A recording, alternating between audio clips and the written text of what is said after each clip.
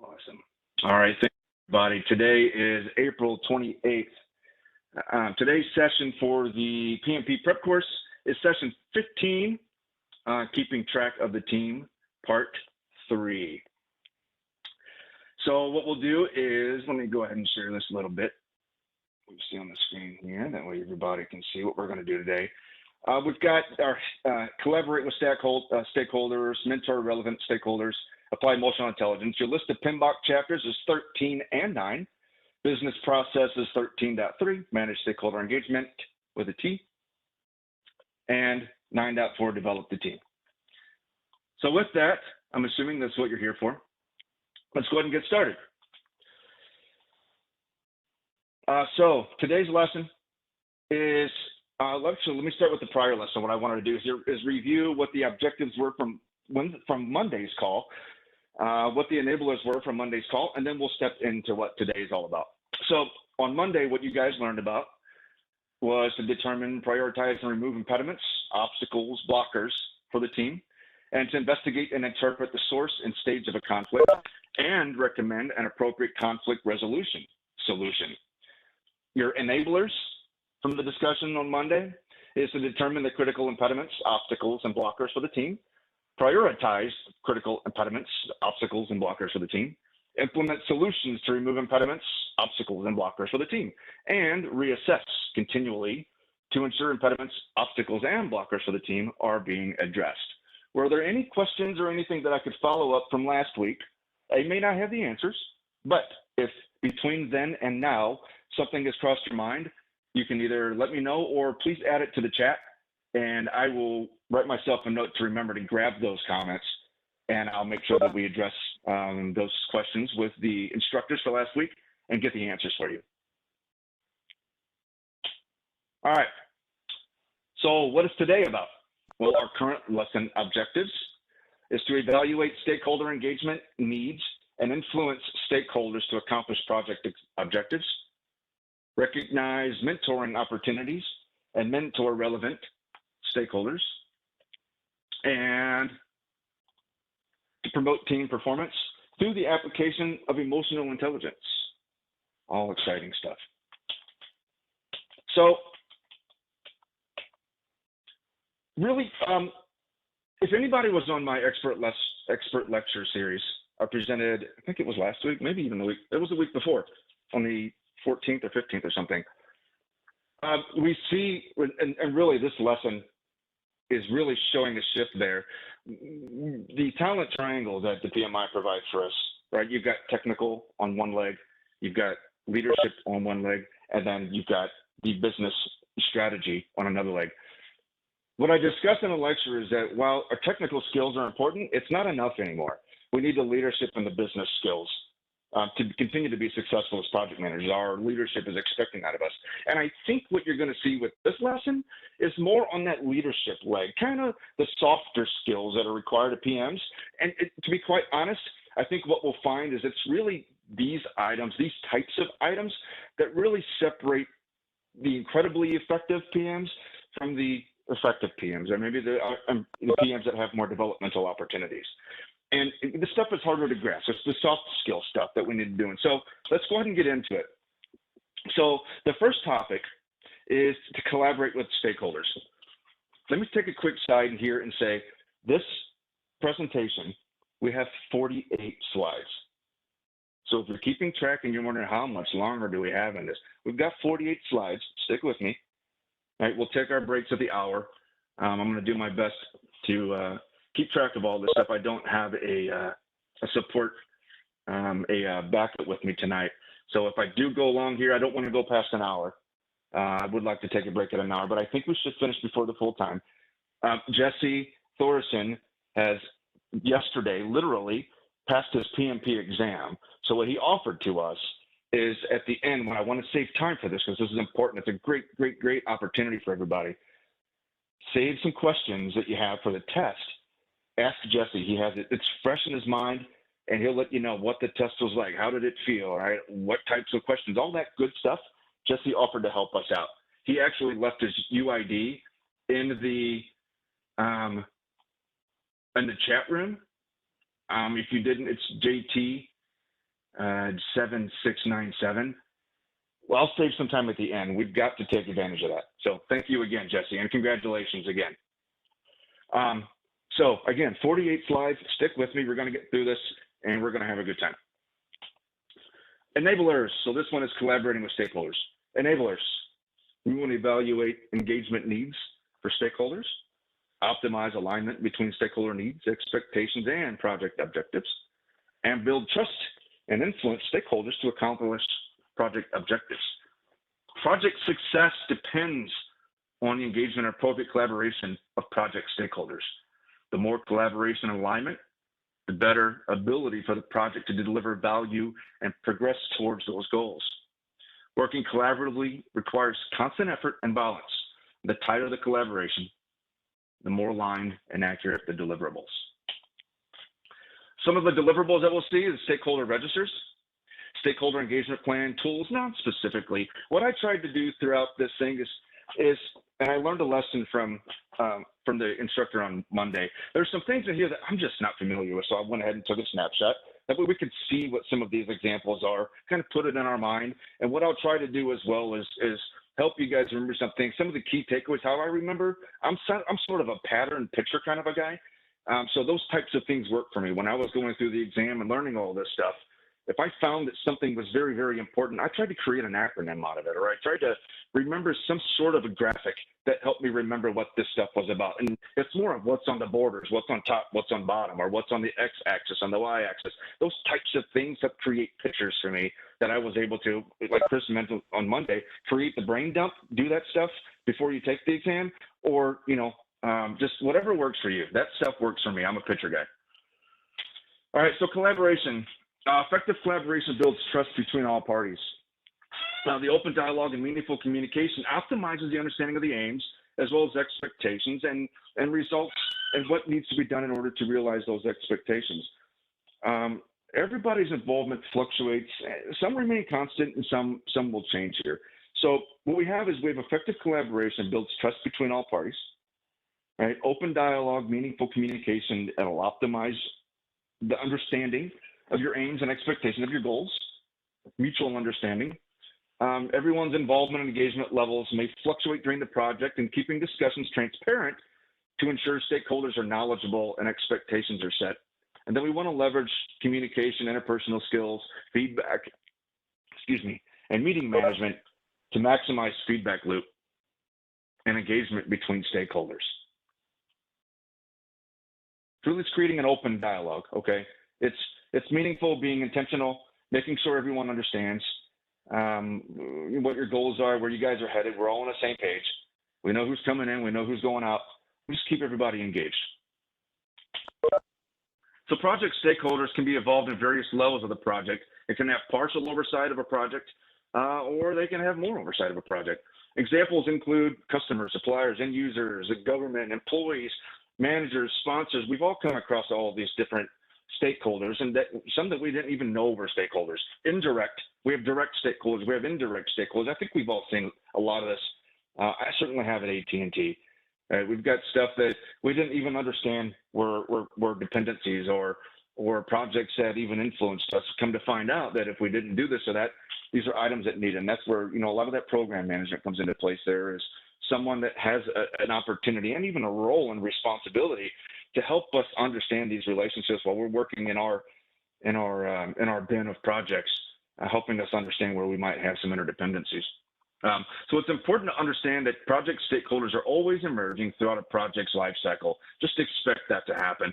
As new requirements are added and project constraints change, the stakeholders will emerge, and your job is to ensure they're identified as early as possible.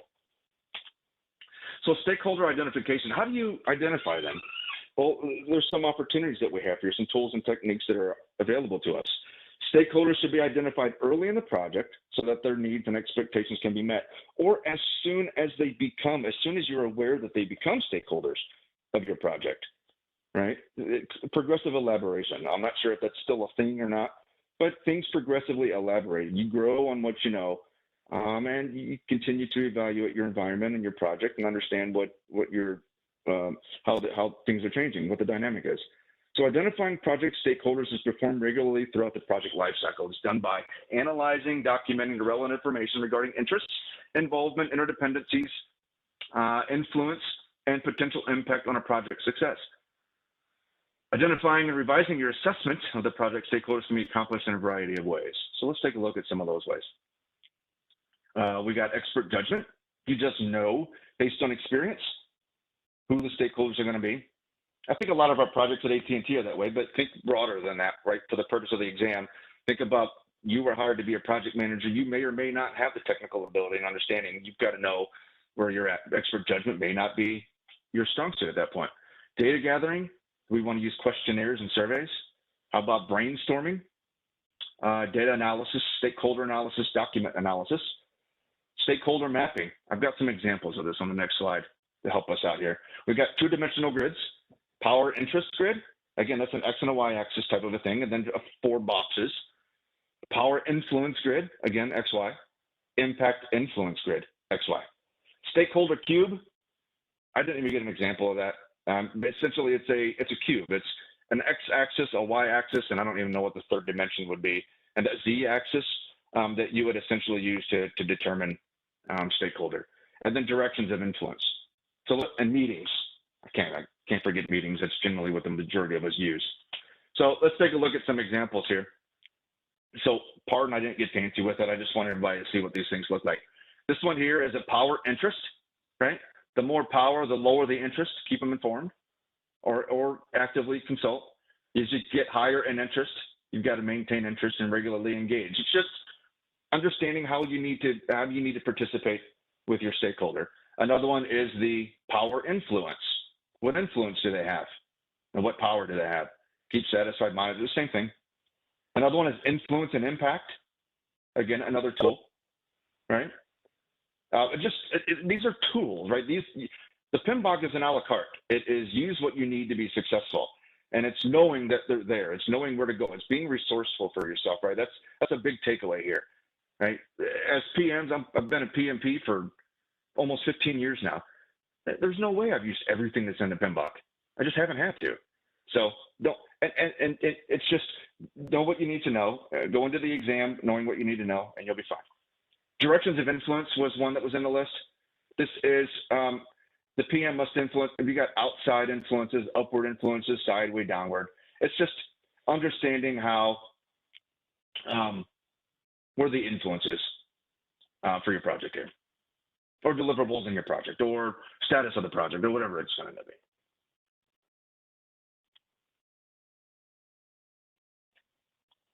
Okay, Stakeholder Register, documenting including the identification, assessment, and classification of project stakeholders. Some registers might also include additional stakeholder information, such as potential influence over the project or a specific phase of the project, and their classification based on stakeholder analysis completed during the identification process. Any questions on, or maybe comments on how a stakeholder register has been successful? Has anyone applied this at this point? Or can you think of how this might be applied? Feel free to unmute yourself or double unmute yourself if you do have a way that you can think right away that this would be something that would be applicable.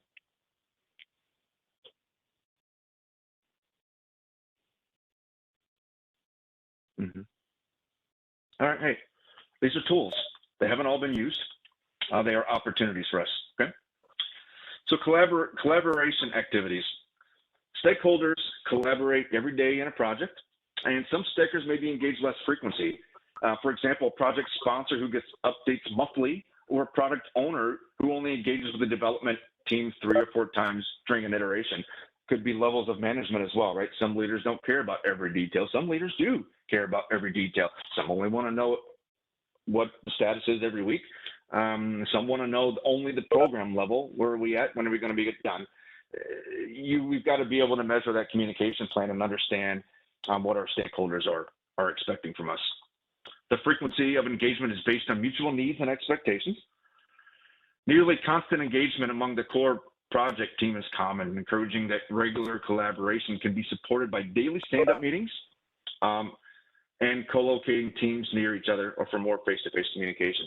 I've found some benefit here recently with stand up, and I'm not in an agile type of a project, but I found some benefit in the daily stand-ups just whenever we have incredibly complex, or there are certain projects, or that we're working, that maybe it's a certification project, or maybe it's something that's pretty highly complex, that like I've got one that I'm literally managing every task right now. We all agreed that we needed to do that. We want to make sure that the handoffs are clean. We want to make sure that the SLAs are being met. We want to make sure that everyone understands where everyone's at.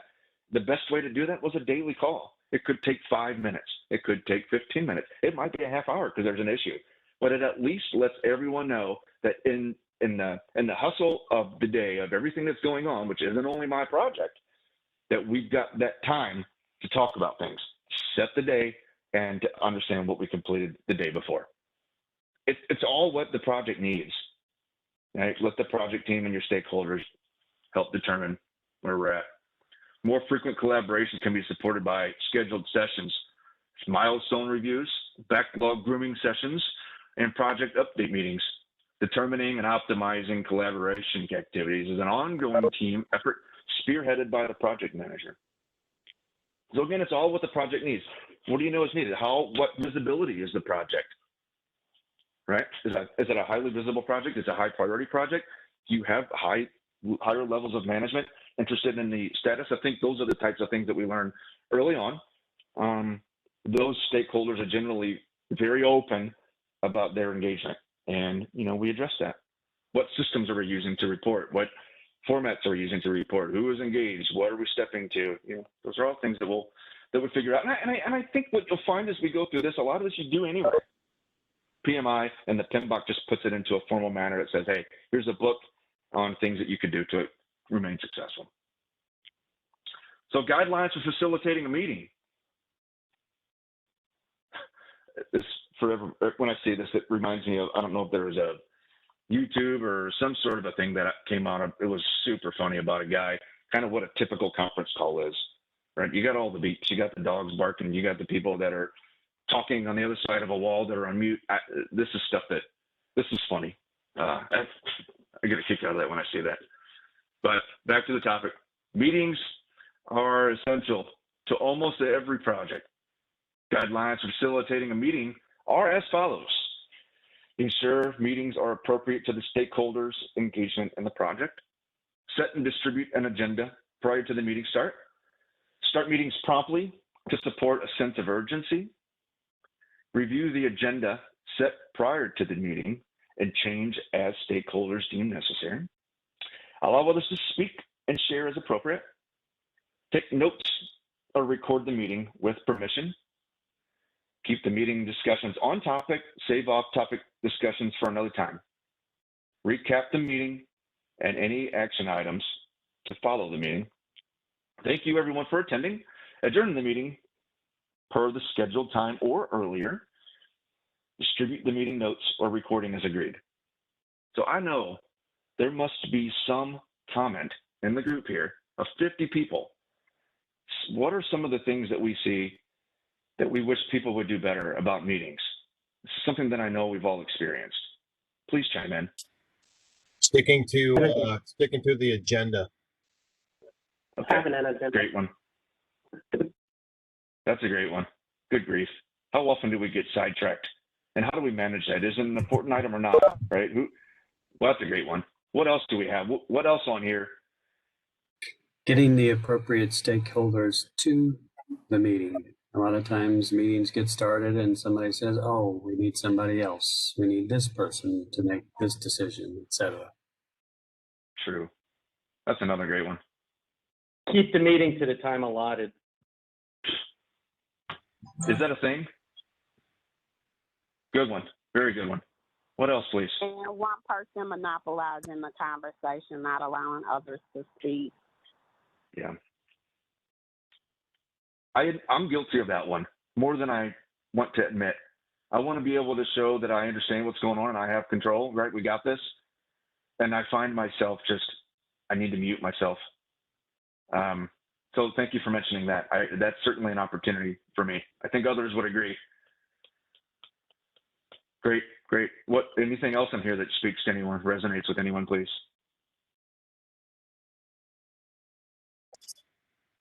I know I'm guilty of a filler conversation.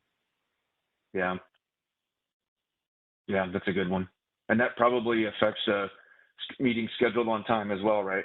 Yep. Then you're making them later to the next meeting, so they get upset because they didn't come on time. So it's all, guys, this is all great stuff that I know we experience this either ourselves on a call, our own opportunities to develop, or getting on other folks' calls. You know, there's always a better way.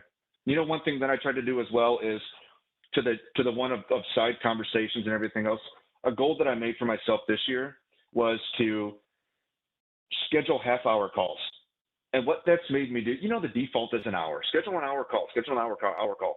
And if it doesn't go the hour, then we'll end early. Well, what I'm finding is that if I schedule a half-hour call, I force myself and everyone else to stay on topic because I don't want to go long. And it also opens up more of the day. So that's a little trick that I'm trying to do to myself to keep my meetings more effective. So a great discussion, guys. Everything was 100% accurate, 100%. Great stuff. So stakeholder engagement plan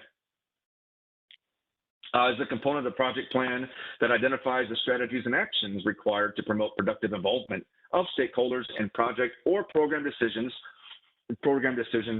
making and execution. Keeping stakeholders engaged is critical to the success of your project. With their support, you can determine a project's requirements quicker and know that they are accurate. So documenting,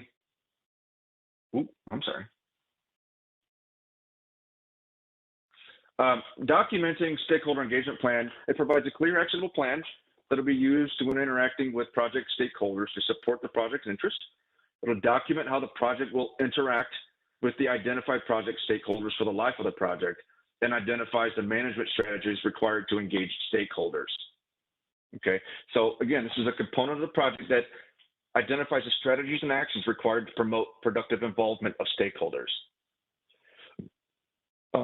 I suggest that being proactive with that is way more beneficial. I think when we find out after the fact that we have additional stakeholders, gosh, it's a lot more difficult than trying to be proactive with it. You know, hunting, getting out there, what are our interdependencies? Who else may need to know about this? You know, we've got that opportunity, and maybe even the responsibility to get out in front of that. It's really a lot easier to find them than it is for them to find us. And then, you know, now we're on the defensive and trying to figure out how to accommodate versus them coming to us, and here's what or us going to them and suggesting that we could help them, you know, stay current. So in addition to the data gathered in the stakeholder register, a stakeholder engagement plan often provides additional stakeholder information such as desired and current engagement level of key stakeholders, scope and impact of change, identified interrelationships and potential overlap, stakeholder communication requirements, information to be distributed to stakeholders, reason for distribution of that information, and the expected impact to stakeholder engagement, time frame and frequency for the distribution of information, and a method for updating and refining. So how do we develop guidelines for developing a stakeholder engagement plan? All right, so review the management plan for the information such as life cycle selected, how work will be executed, how resource requirements are met, and how change will be monitored and controlled, and the need and techniques for communicating among stakeholders. Review the the stakeholder register for information needed. Let's just say on it. Review the organizational culture, structure, and political climate to determine best options to support an adaptive process for engaging stakeholders. Now that's interesting, right? So review the organizational culture, the structure, and the political climate to determine the best options to support an adaptive process for engaging stakeholders. I think we might have some examples for that one as well. Review the lessons learned database and historical information for insights on previous stakeholder engagement plans and their effectiveness. Use expert judgment to decide on the level of engagement required from each stakeholder at project stages. Hold meetings with experts and the project team to define required engagement levels of all stakeholders. Use analytical techniques. Document the stakeholder engagement plan. Anything resonate with anybody on here that was an aha or a interesting? Anybody work with groups that might do things a little bit differently, might want different levels of management engaged? In another group, some levels, and by leaders, what I mean is our, our directors, our AVPs, our VPs, some like to be in the weeds. Some really don't want to be in the weeds at all. They just want to know the high level. But there's that dynamic, and the culture is generally where that comes from. Any comments on this?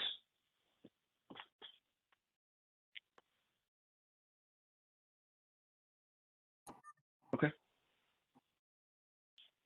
So here's what I want to do. Let me see here. I want to bring this over. I can figure this out. A second. Let's do this.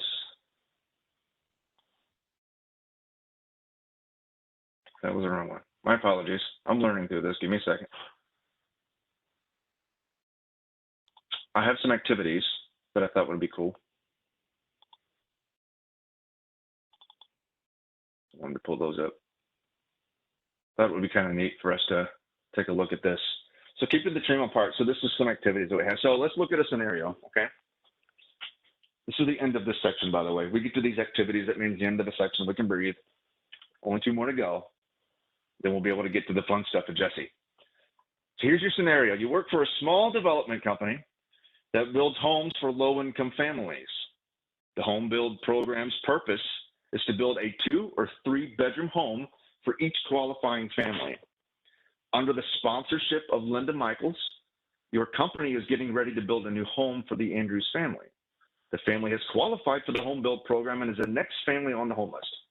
You have been assigned to manage this project. Each new build project is named by the address and next available lot and is located 234 West Adams Street.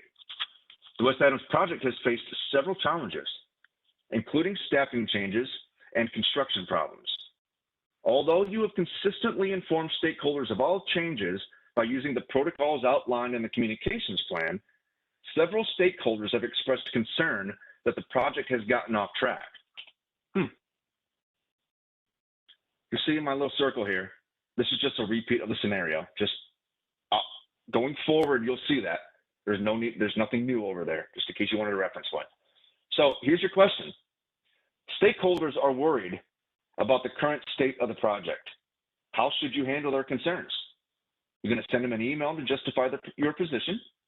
Do you take corrective action? Conduct a face-to-face meeting with clear agenda targeting their specific concerns? Or do you document lessons learned? Unmute yourself and see what the consensus is. Conduct a face-to-face meeting with the clear agenda. Yep. Okay. Agreed. Agreed. Agreed. Anyone disagree? Well, this is Jesse. Can I make a quick comment? Yeah, sure. This looks very much like a question I had yesterday. Oh, yeah. thanks. Yep. So I don't want to, I can't divulge too much information, but yeah, I started getting shakes when I heard that question. So. Wow. Oh, you're having, yeah. You got a little tick in your shoulder thing. Oh my God. I did. It's too familiar. Okay. Thank you. There you go. Here's an example of a question that could be on the PMP exam, guys. You were right, by the way. Hey, William. Yeah. On this question, can we identify? Because when I took the test a couple of years ago, there was always a clear sentence. Once I figured out, there's always a clear sentence that really has the core question in this scenario. Can we identify kind of what that core question is in this scenario? Well, I don't know that the scenario didn't have the question. The questions were follow-up, but I think the last sentence here, as someone had mentioned in a prior, one of y'all mentioned in a prior session, maybe 2 weeks ago, maybe 2 months ago, always start with the last sentence, right? And I don't know if that's always true or if it's just a rule of thumb, right? But this is a good one, right? That says the last sentence is, although you have consistently informed stakeholders of all changes by using the protocols outlined in the communications plan, so you've developed a plan, you've communicated to everyone by using the protocols outlined in that plan, still several stakeholders have expressed concern that the project has gotten off track. Your questions are probably going to deal with that. All the other stuff, Who cares about 234 West Adams Street? Who cares about the West Adams project? Who cares that you were approved to do the project? Who cares? That last sentence really, to me, says, all right, we got some stuff coming on that one. But please. So Ian, that's exactly what I was looking for. Yeah. Great. Thank you for that. Oh, If and anyone has, if you have a different rule of thumb, please speak up. We're all here to learn together. hey, William, Yeah. hey, as a rule of thumb, if Mhm. Jesse says, if he has anything other kind of like, hey, maybe that was on, maybe not. I'm not opposed to saying, hey, man, I'm not going to call you out on it. Just throwing that out there. Hey, that's the rule of Jesse's thumb, and I 100% agree with it. 100%. Yeah. I like it. Yep. Hey, let's have another question, okay? Say again, nothing changed over here, guys. Same thing. It's just, So with all that scenario in mind, right, we've got stakeholders. We're all informed by the protocols outlined in the communication plan. You have several that have expressed concern that the project has gotten off track. This question is interesting. 2 stakeholders are out of town on a business trip and are only available sporadically. A third person has an extremely busy schedule and can't squeeze another lengthy meeting into his day. You believe it's important to have a regular face-to-face interaction with each stakeholder. How can you accommodate their needs? Choose 2. Jesse, maybe that's a key right here after we get through this. I'm not sure if they do that anymore on the test that says choose 1 or choose 2 or choose the best or choose the worst, meaning pay attention to these kinds of statements. But your options are, again, choose 2. Your options are use video conference, send a memo via email, use an instant messaging service, hold a brief summarization meeting. I'd say What do y'all one. think? I'd say one is use video conference. I use it every day. Mm-hmm. Especially now, right? Yeah, Yep. I would That say would be a use great video example. conference too. But then I would also say that you could use an instant messaging service too to keep. Okay. Just Okay. because if people are hard to get a hold of, that's a good Mm-hmm. way of keeping people up to date. Mm-hmm. I'd say the summarization meeting. Yep. Okay. That's what I believe. Okay. So we've got use video conference, use an instant messaging service, and hold a brief summarization meeting. Those are 3 options that we have right now. Okay. Anybody else want to add, feel like a memo via email might be effective? Okay. Ooh. Here's your answer. I don't think the memo is effective because you've consistently informed the stakeholders, right? Right. So you've already been giving them communication, but you still are having problem due to the availability of your stakeholders. Yeah. And I think these 2 answers here, really address the out of town by the video conference, and the brief summary is with the individual with a busy schedule, so no lengthy meeting. So you're addressing those 2 specific scenarios or situations within the situation that you're trying to address. Well, and that's important too. Again, I keep going back to the kind of the semantics within the question. Let the question lead you as well. Read these questions carefully. They gave you, there's 2 stakeholders out of town. A third is extremely busy. How can you accommodate their needs?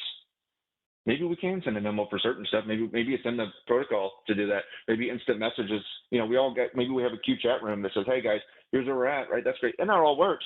But you've got these certain folks that, they have a concern that the project is gotten off track, but they're out of town and they're hardly available. So face-to-face isn't it? So what are you going to do for them? So this is just another example. Make sure you read the questions. So good answer. Yeah, I got a question here. Okay, you go back to question number 2. So Sure. I totally agree with option number 1, but I did select the last one, a brief summarization meeting, but I'm still thinking in my head, why wouldn't be the other 2 the options? Mm-hmm.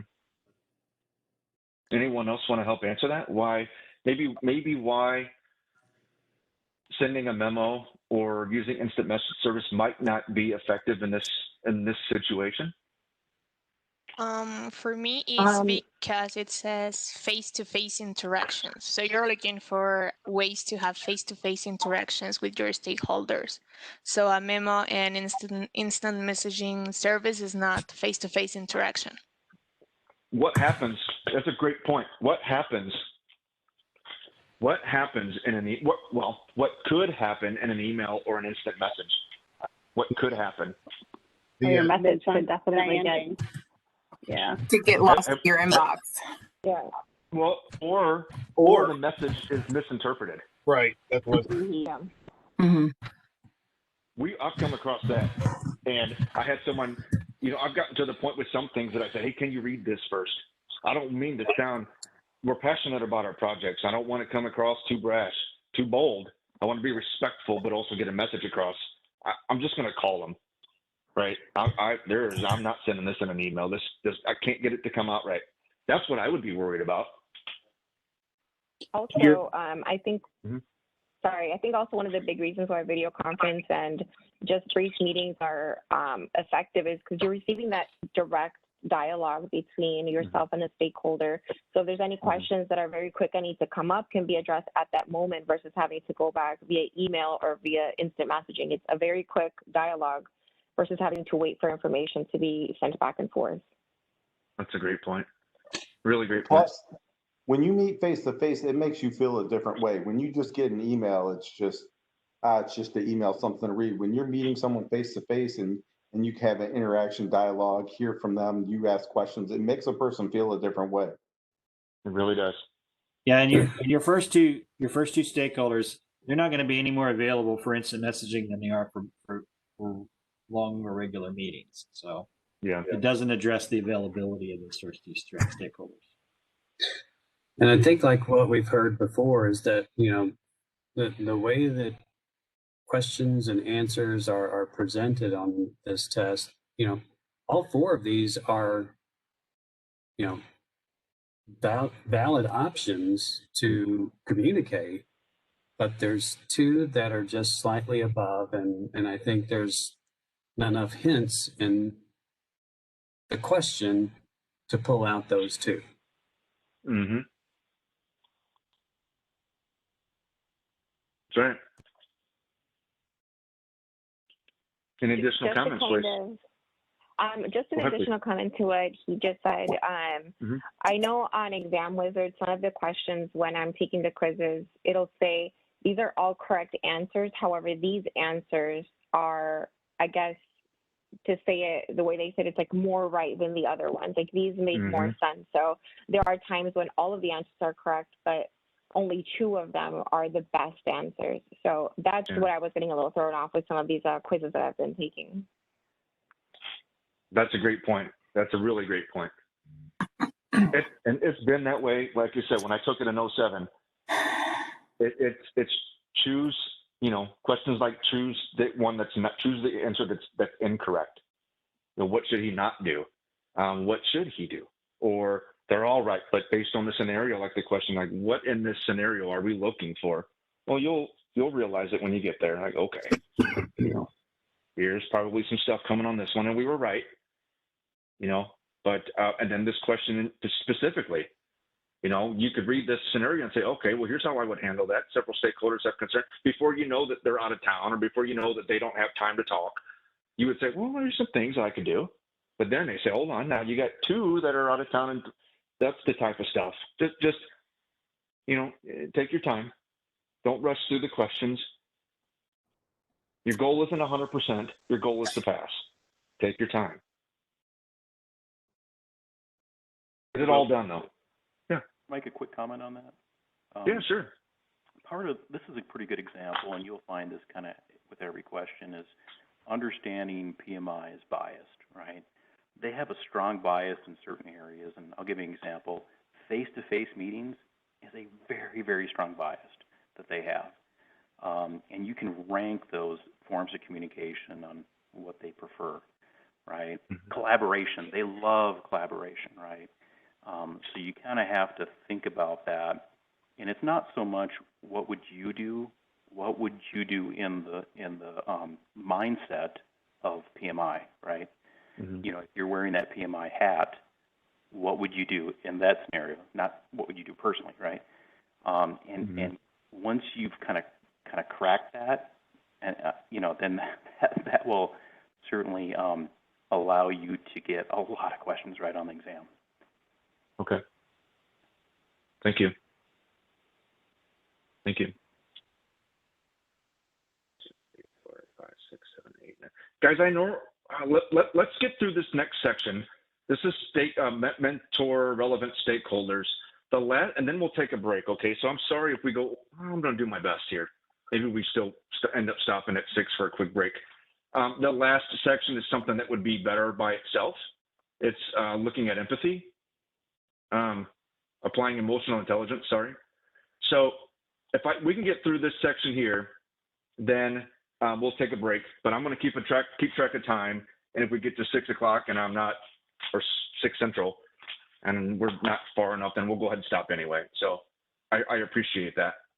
I want to try to keep concepts together as much as possible. All right, so where are we at here? So we want to mentor. Let me get all my stuff ready. I'm sorry.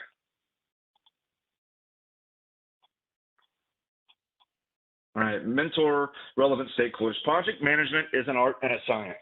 It really is, right? The discipline gets better with practice, learning, and experience. You learn from others every day. You are learning from this course, I hope. Likewise, there are plenty of opportunities for you to share your knowledge and experience with others.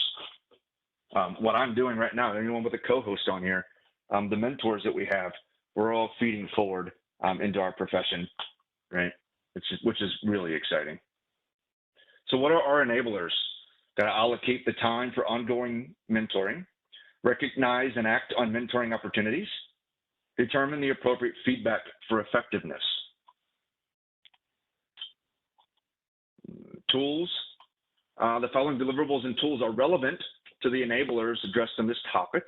Some of these might be covered in detail in other sections of the course, but we've got a training and mentoring plan, effective assessment, a training schedule. Some of the tools that we'll use is group coaching, teaching and training facilitation, and transformation skills. You guys will understand the context of this in a second. Stakeholders sometimes mean our peers and sometimes mean our stakeholders. There's different, stakeholders. We saw that list of, what we might see there. So beyond simply paying it forward, coaching and mentoring others helps them become more proficient team members. More proficient team members makes for a more proficient team. Raising the abilities of the team increases their output and their value, which increase spreads throughout the organization and across the discipline. Project management is constantly growing and refining the best practices that makes us all successful. Remember, we talked about how our role as a project manager is shifting from being technically strong to also requiring more management and business strategic skills, right? Just that PMI triangle.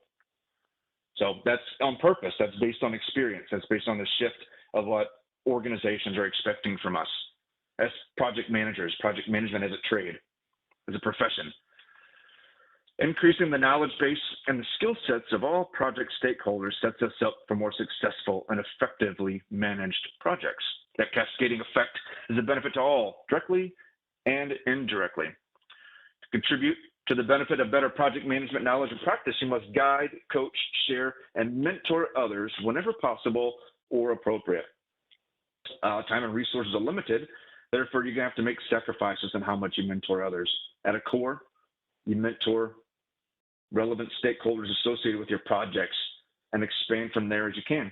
Even the little things you do every day can make a positive improvement on an individual's actions and the practice as a whole. Transformation skills. Project, organization, the business, and the world are constantly changing and evolving. Supporting the transformation that project stakeholders must undergo as they progress from one way of doing things or understanding to another requires patience and compassionate mentoring. This is most noticeable, in teams that are transforming from one project management approach to another. Remember, the skill set you and your project team hold or utilize today may be obsolete or limited tomorrow, especially in a digital world. Any comments on that? How about the skill sets that you use today may be obsolete or limited tomorrow? Anyone disagree with that? Golly, look at last year versus years prior. There's a lot of transformation that happened because of COVID. Think of all the things that we have to do differently because of COVID. Ends up, we do it quite well. AT&T has an extraordinary ability of adapting to change. We are really, really good at it. But man, as things are different, everything's different around us. So skill set being used today may be obsolete or limited tomorrow. The majority of that happens because of what our customers are expecting. Customers are dynamic. Their expectations are different. They change so often. So the business has to be able to adapt to that, which means that our projects have to adapt to that, which means we have to lead our projects to adapt to that. We've got to be able to transform. And I keep plugging it, but if you haven't seen my expert lecture series, go see it, please. It's on the PMN website. Be comfortable being uncomfortable. Okay. Let's see, what's next? Determining relevant stakeholders is next.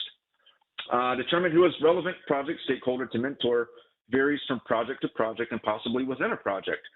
Information, lessons, and best practices can be shared in many situations. And what is determined is who can benefit from mentoring activities relevant to the process, task, or circumstance. For instance, when refining the backlog, mentoring the product owner on grooming best practices.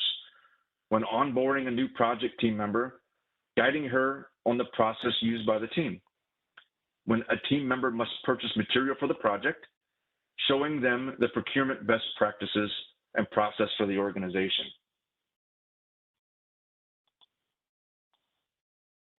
Individual mentoring and coaching. Mentoring and coaching relevant stakeholders can come in many forms.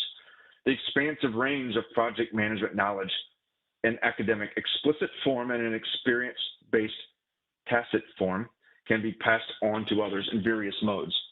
So here's a process or task one-to-one mentoring where you encourage others to take a lead, and then you shadow, watch them, make sure they're succeeding, and then reflect. Right, that's important as well. You're not going to get anything out of the experience unless you reflect on it and understand the why, the how, the what. That's effective learning. Facilitate meetings and sessions. Practice taking on new roles. Remember, be comfortable being uncomfortable. You grow from new experiences. Proven fact. Look at informal opportunities.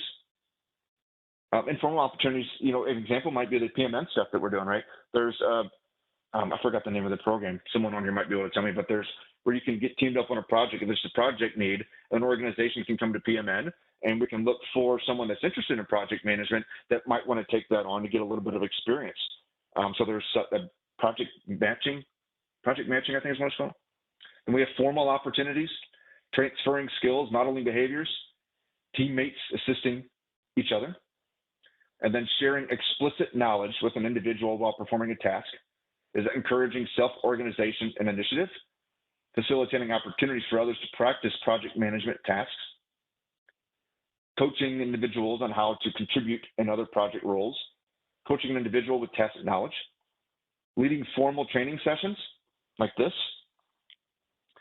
passing on and practicing skills, just demonstrating desired skills and best practices every day, self-organizing teams that coach and mentor each other every day in their work. I think PMN is really a great example of all this, really. Both sides. How we share knowledge, how we do one-on-one mentoring. Those opportunities exist as well as sharing knowledge, right? What we're doing here, you guys will all have an opportunity once you pass the exam, which you will. Once you pass the exam, get in touch with PMN and instruct a session. You retain 90% of what you teach. I don't know if you ever heard that, but you don't want to come to some training session looking like a total goof.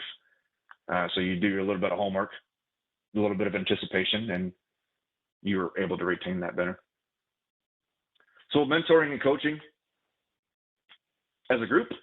So mentoring and coaching also occurs in whole team settings. when project managers are demonstrating the best means to complete a project management task, all involved in the activity are learning. Project managers can call out and explain what is happening and why, and others in a group can contribute and guide the best practice. The entire team learns and grows as a unit.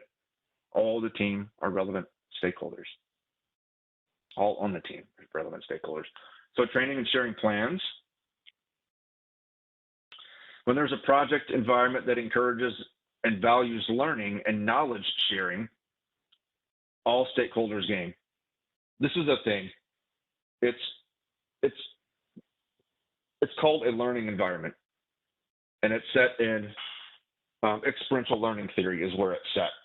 What happens is it's your manager's opportunity, and us as project managers, your leader's opportunity to create an environment that's open to learning, which includes taking a little bit of risk, which also includes stretching assignments, which also includes some mistakes. When you have that environment and it's open, we're a lot more innovative and a lot more effective at what we do as a team. Formal or informal plans can be established for training and sharing. Retrospectives and lessons learned sessions can be leveraged to call out successes and failures in the management and operation of the budget of the project. I think this is a big one. I think we do this quite a bit, at least where I'm at. Hey guys, heads up, just had this issue. I'm going to note it, right, as an opportunity, but heads up when it comes again. Here's what the trigger was. Here's how we can prevent this going forward. You know, where are we at with that, right? I think we all have that experience. Scheduling training sessions formalizes the mentoring and coaching. These sessions can be facilitated by anyone. You as a project manager can train others on the project management best practice. Process owner can guide others to the best practices for that process. Facilitation. We'll go to activities after this, guys. We'll do our questions and then we'll take a quick break. So project managers generally take the lead when it comes to facilitating project management activities. Modeling good project facilitation skills is observed, internalized by all. Encouraging participation from stakeholders in the activities builds their knowledge and comprehension. And guiding and offering advice provides relevant feedback and confidence in what they're doing. Increasing the abilities of all project stakeholders increases the shared understanding and efficiency of project tasks and practices. When all contribute, all gain. Has anybody ever gotten any positive or maybe negative feedback? I've had both. Any positive or negative feedback in a way that they facilitate a call or facilitate a meeting or facilitate, I don't know, a lessons learned session or facilitate a retrospective, or any experiences there to share? Good and bad. I've been told before, again, like I mentioned before, hey, we really didn't have a lot of time to talk. You were sharing what happened and what the resolution was and everything else, but you really didn't give us much time or an opportunity to kind of brainstorm, you know, how we might prevent that more, or maybe there's something else that's related to that. I've had that feedback before that I continually try to work on. Any other good examples? Yeah, I've recently kind of assumed a larger role on a project, and my client indicated after a meeting with leadership that there seemed to be a greater sense of confidence in the way that we were addressing issues on this leadership call. So that was one of those items where I felt like the feedback and confidence in the project team overall is raising because of the way the meeting was facilitated. I made some changes in the approach and things of that nature. So thought it was helpful. Good. Great example. And it built my confidence as well. Oh, sure. Sure. Yeah, thank you for that. Any more examples, please? Good or bad, we all learn. Like I said, I just need to shut up more. That was my problem. You have 2 ears, 1 mouth, right? I guess I have a hard time remembering that sometimes. I'm not a very good person of space. Quiet.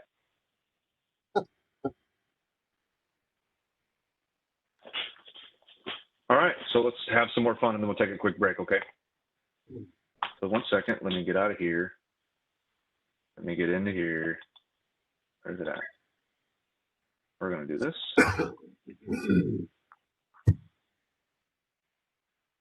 Okay, let's see here. Where is I at? Collaborating. Mentoring stakeholders. Come on, Will. Let's go. Get there. I get it. Okay. So here's your scenario. Mentoring stakeholders. Let's see what we can do about figuring out what might be here, right? Let's have a little opportunity. As a project manager who has worked for the company for a long time, you're often asked to lead sharing sessions and document some of the best practices in the PMO's knowledge management system. However, this year you learn that your department is transitioning to an agile-based project management organization. Anything stick out to anybody? Any keywords? Agile-based project management organization. Yeah, I think you're right. I was cued by however. Right. However what? But I think you're right. We're transitioning. So now we start thinking about, all right, so now we've got transitioning skills. We're transitioning to a more agile-based project management. I think you're going to find you're right. Let's see. I truly don't remember. As a veteran PM, what are some ways you can mentor junior PMs?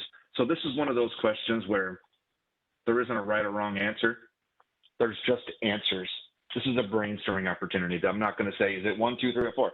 This is, as a veteran PM, which you all are, what are some ways that you can mentor junior PMs? Please unmute and go.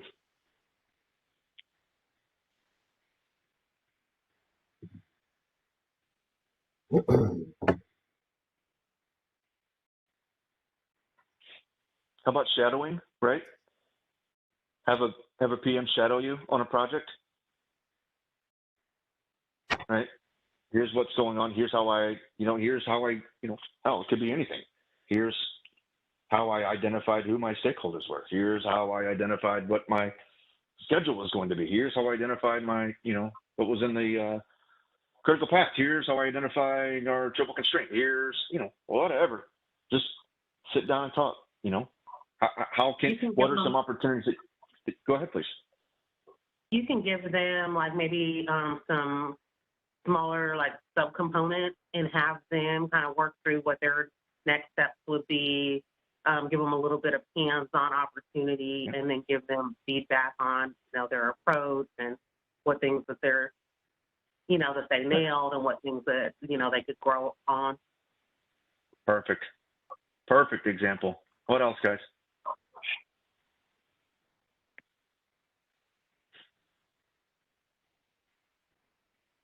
Come on, I know you guys want to go to break.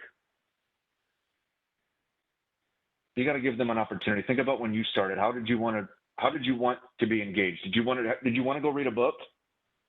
Or did you want hands-on experience? Give me something to do. That way I can figure it out. I'll call you whenever I'm done. Let's talk about this. I need to let you know, here's why I did it this way. Here's why I did it that way. Was there a better way to do it, right? You could engage them in a way that would request their input on what they feel like their strengths are, so that they can share information with you and their pain points, so that you can start an agenda that kind of says let's address both sides of this, and maybe I can learn from you and you can learn from me. That establishes more of a partnership rather than a direct, here's how things are done. Yeah, it's just perfect. I love it. Self-discovery. I would also say transfer of knowledge. I think sometimes when you're mentoring somebody, one of the best things you can do is talk about things that maybe you've struggled with in order to teach them how to do better than what you've been able to, such as like how you overcame a hurdle, or who you reached out to in case you ran into something that was difficult and unable to resolve on your own. Sometimes I feel like instead of teaching them all of the easy stuff, teaching them the hardest thing is the easiest, I guess, for me. Fantastic. It's a great example. Great. So here's some hints as well, right? Examples include leading more sharing sessions and documenting lessons learned. Everybody talked about both of those. Other examples include having a junior PM shadow you, having the new PM ask you questions. We talked about that. Observing and providing feedback to the PM. Talked about that. Offering office hours to allow the junior PMs to visit and discuss things. We talked about that. And partnering with the PM on a project. We talked about that. A+. How about we do one more? Okay, then we'll go on a break. Now that your organization is transitioning to Agile-based project management, how can you be mentored and supported during this transformation?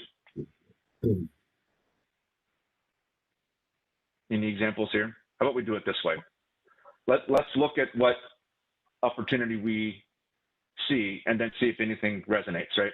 Some examples include shadowing other project managers, working with an Agile coach, right? So this is now that you're transitioning to Agile-based project management, how can you be mentored and supported during this transformation, right?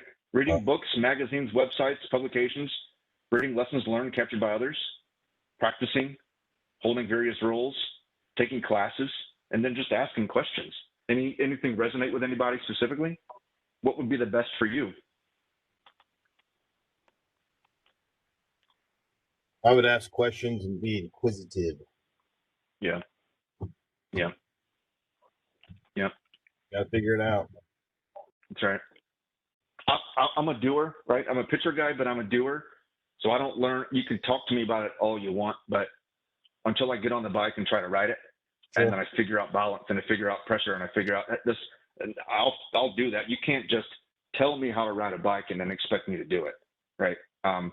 That's me. You got to put me in the fire and just give me some freedom. All right, I'll figure it out. So, yeah. Yeah, I was going to say the same, like holding the various roles within an Agile structure. Is that sort of like hands-on, just throw me to the wolves? See, I'm with you on that. I put me out there. Yeah, I mean, I might fall down and stuff, but then that's where the asking questions and being inquisitive comes in. Well, and that's why maybe we have the trifecta where you're inquisitive. They also let you do it, but maybe we also have an Agile coach. We have someone to coach us that says, all right, let's follow up at the end of the day or once a week and say, let me let you know what's going on and where I'm having challenges, and let me reflect, and then you can give me some feedback on what's going on. I'll try that next week. Yeah. There's no right or wrong answer here, guys. It's all, it's all good to go. So how about this, guys? We're at the end of this section. We have, I don't know, about the same amount of slides we just went through to go. I do want to leave a little bit of time for Jesse. You guys, I want to leave as much time as possible for Jesse. So I'm going to go through the next one. It's about emotional intelligence. So 5-10 minutes. What does everybody think? 10's good. 10. Let's do 10. I've got 6:08, so 6:18. I want every minute I can get with you guys. That way we get through this. I won't talk as much on the next one. I'll try. Then we'll give Jesse some time. Okay, so 6:18. Be back, please, and we'll finish up. Thank you. I'm going to leave the bridge open. I'm not dropping. So if you want to stay on here and we can chat, you want to just go do what you got to do and come on back, we'll be here. 6:18. I'm starting back up. Thank you. Central. 6:18 Central.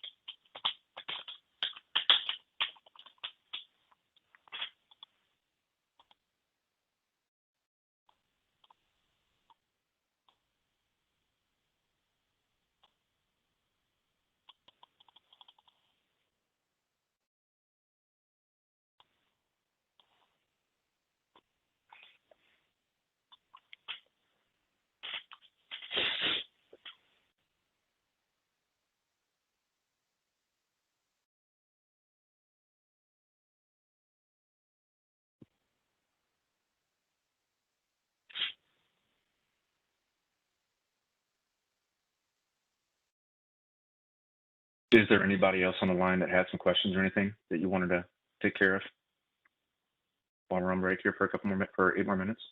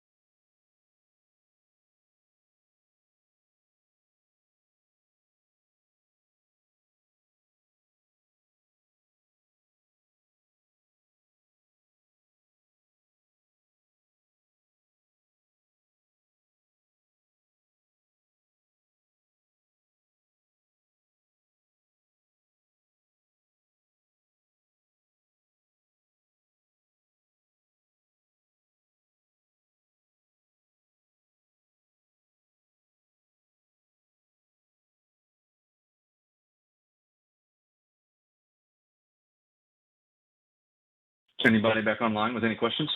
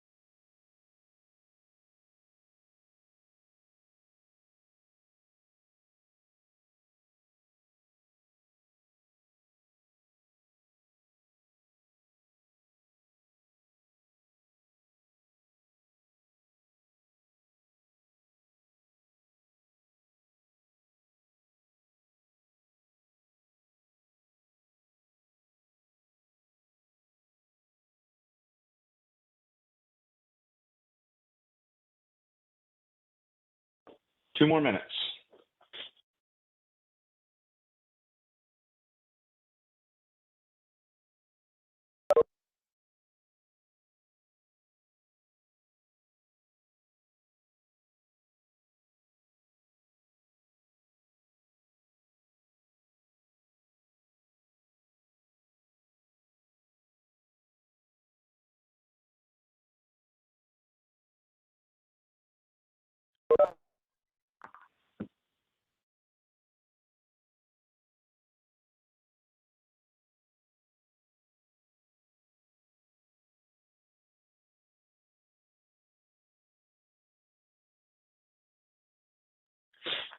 One more minute, we'll get going. Thank you, guys.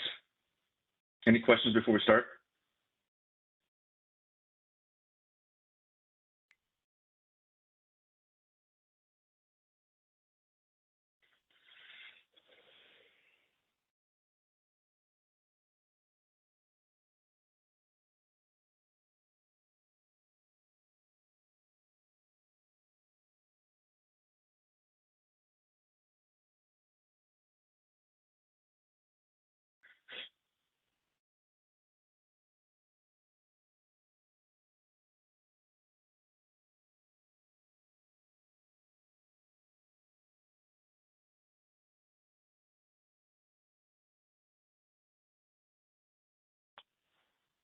Okay.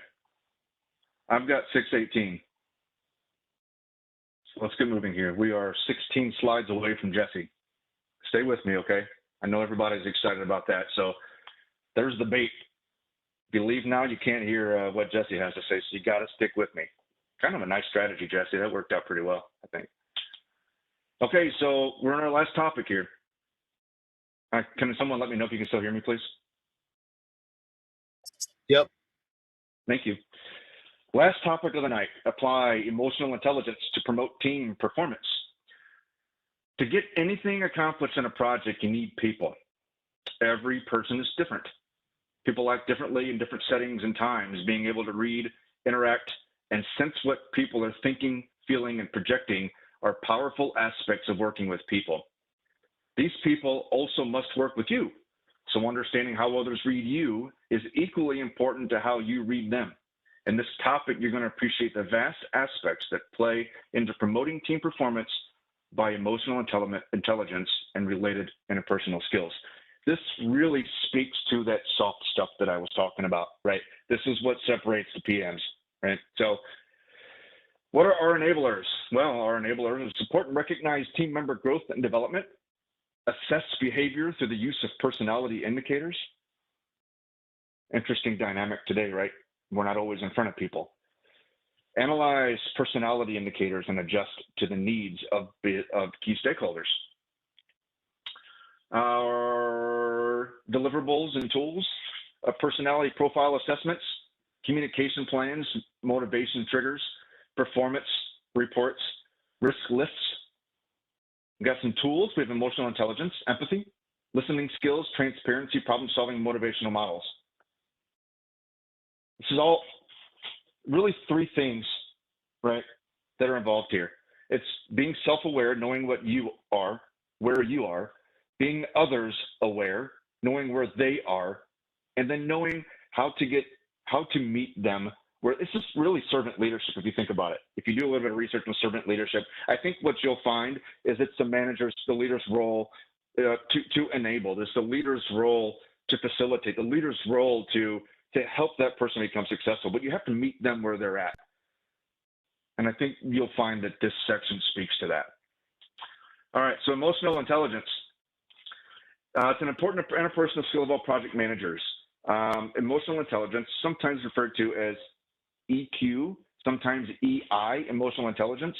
EQ is emotional quotient. Emotional intelligence helps you understand your emotions and those of others to help minimize conflict, right? It's being self-aware and others aware from an emotional context. The notion of EI evolved in the 1990s and is now recognized as a key set of personal and interpersonal skills. What happened was in 1995, there was a study completed by Goldman. What was happening was he found that people with average IQs were outperforming those with high IQs when you put them in a social context. We didn't know why. And what he found out was this emotional context helped them succeed, even though their IQ was lower. So self-awareness measures how well you know your own emotions in a variety of situations. Self-regulation defines how well you control those emotions. Motivation describes your intrinsic reasons for achievement. And your interpersonal skills, your social skills address how well you build relationships and rapport with others. Empathy is how well you read and understand the emotions of others. Being able to read the emotions and feelings of others, as well as recognizing how your emotions and behaviors positively or negatively affect others, is crucial for effective management and team performance. Does anyone disagree with that statement? Has anyone here had success completely ignoring the emotions or the motivations of anyone on their team?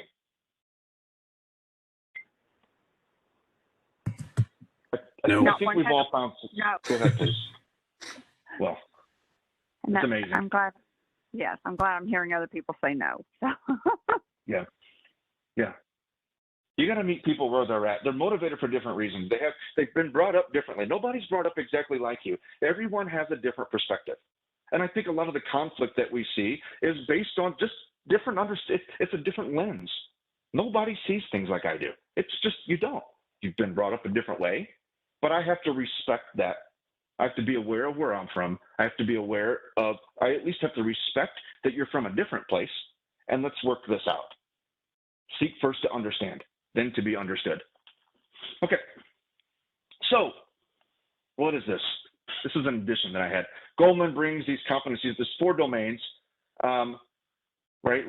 What we just talked about, self-regulation, recognition, self, and then social. And it's looking at where we're at in this model and understanding really about where we are, where others are at, and how we can motivate. And we're going to get into the motivation topics here in a little bit. But so each emotional intelligence skill is made up of or influenced by a number of components. In the interest of time, you guys probably have these slides. If you don't, then you can look up emotional intelligence and kind of see where you're at with this stuff. So self-awareness elements include the following: emotional awareness, right? Know your feelings. What are your perceived connections between feelings and behavior? Recognize how emotions affect performance, being conscious. Accurate self-assessment, right? Be true to where are you really weak, and where are your strengths, and where are your developmental opportunities? Where are your blind spots? What are your emotional triggers? I tend to get defensive when I feel like someone attacks me or attacks something that I own, like a project. I get defensive. I need to. A lot of times I apologize for that. I didn't mean to do that, but let me step back. That's my thing. Self-confidence, expressing potentially unpopular opinions, taking risks, being decisive, having knowledge of self-esteem and proficiencies. Now let's take a look at self-regulation, right? Self-regulation is how well you control these emotions. You have self-control, remaining cool. You're controlling rash, destructive emotions. Are you trustworthy? You stand by principles. You behave in morally correct ways. Are you honest and credible? How about conscientiousness? Are you well-ordered, meticulous approach to work? Accountable? Satisfying obligations you deliver on promises? Are you adaptable? Can you change? Can you interpret events in a flexible way? Can you handle numerous demands? Innovation? Do you produce fresh ideas? Do you consider innovative answers to problems? You look for novel ideas. How about motivation elements? These are describe the intrinsic reasons for achievement, right? Are you achievement driven? You set tough goals. You drive hard to get results. You strive to minimize uncertainty. Or you have commitment, make decisions based on team's core principles, sacrifice to fulfill company goals, you search for opportunities to achieve a team's mission, initiative, inspiring others, or cutting through rules to finish a job, grabbing opportunities. How about optimistic? You hope to succeed instead of fearing failure. You see reversals as caused by controllable factors. How about working towards goals regardless of barriers? How about your empathy elements, right? So these are How do you understand others? Do you serve others based on needs? Do you display tact in appreciating other points of views? Observe emotional cues? Listening carefully? Right? Listening more now today, unless we're on video calls all the time. But this is understanding others is a real challenge today. I think we all need to realize that. You can't see someone fiddling their hands. You can't see someone twirling a pencil. You can't see someone looking away from you. You can't get those nonverbal cues because you can't see them. So how do we get those? How about service orientation? You happily provide proper help. You seek strategies to increase customer satisfaction, recognize customer needs. That's very agile. Developing others, recognizing, rewarding associate achievements, coaching and mentoring, providing helpful criticism, leveraging diversity, appreciating various ideologies, showing consideration for a diverse group, objecting to discriminatory and bigotry. Right? We have goals this year for diversity and inclusion. I think that's great, and I think AT&T is one of the best at having an inclusive team. I mean, we've got just every type of mind engaged in our projects, and we're in a really special place to have that. My own opinion. How about political awareness?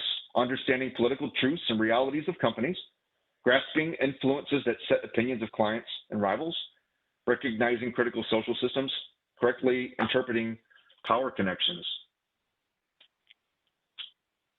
Where are we at now? Social skills elements. Oops, 1 second, please. Communication. You manage through problems directly or indirectly. Effectively exchange information. You cultivate clear communication. You achieve mutual awareness. Building bonds, establishing large casual networks, keeping others informed, searching for mutually rewarding relationships. About collaboration and cooperation, cultivating options for cooperation, fostering a collaborative environment, working together, sharing strategies, knowledge, assets. How about a change catalyst? Challenging current situation to appeal for change, appreciating importance of change, exhibiting change anticipated in others. So we have an opportunity to influence these. Conflict management. There's one. Detecting clashes, moving disputes into the open. You manage difficult individuals. You urging open discussions of issues, engineering resolutions for both sides. I would imagine we could probably have an entire call on lessons learned on conflict management, especially those that have been here for years and years and years and years. I only have 13, but I'm sure there's a lot of great stories there. How about influence? Polishing presentations, winning people over, coordinating impressive events to sell an idea, and building solidarity and approval. Leadership, stimulating interest for collective vision and goal. Taking a leadership role regardless of official title, directing others' performance. And building, how about team capabilities? Building team character, attracting group members, displaying team characteristics, safeguarding team and its good name.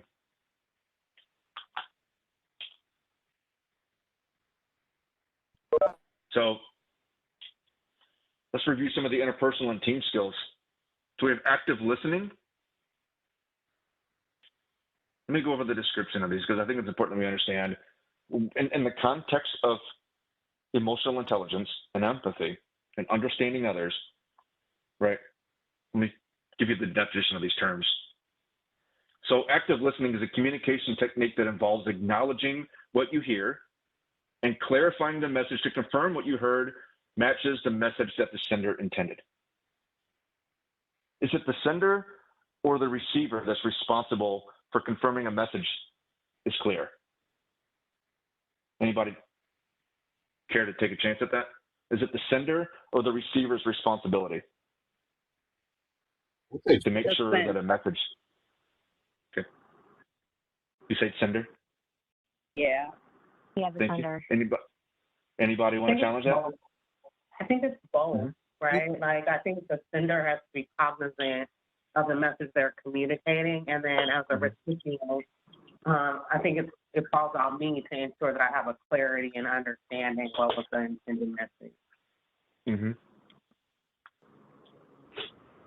Yep. Thank you. Those are good answers. And by the way, I think that used to be in the PMBOK. It is the receivers or the sender's responsibility to make sure a message is received the right way. Communication styles assessment.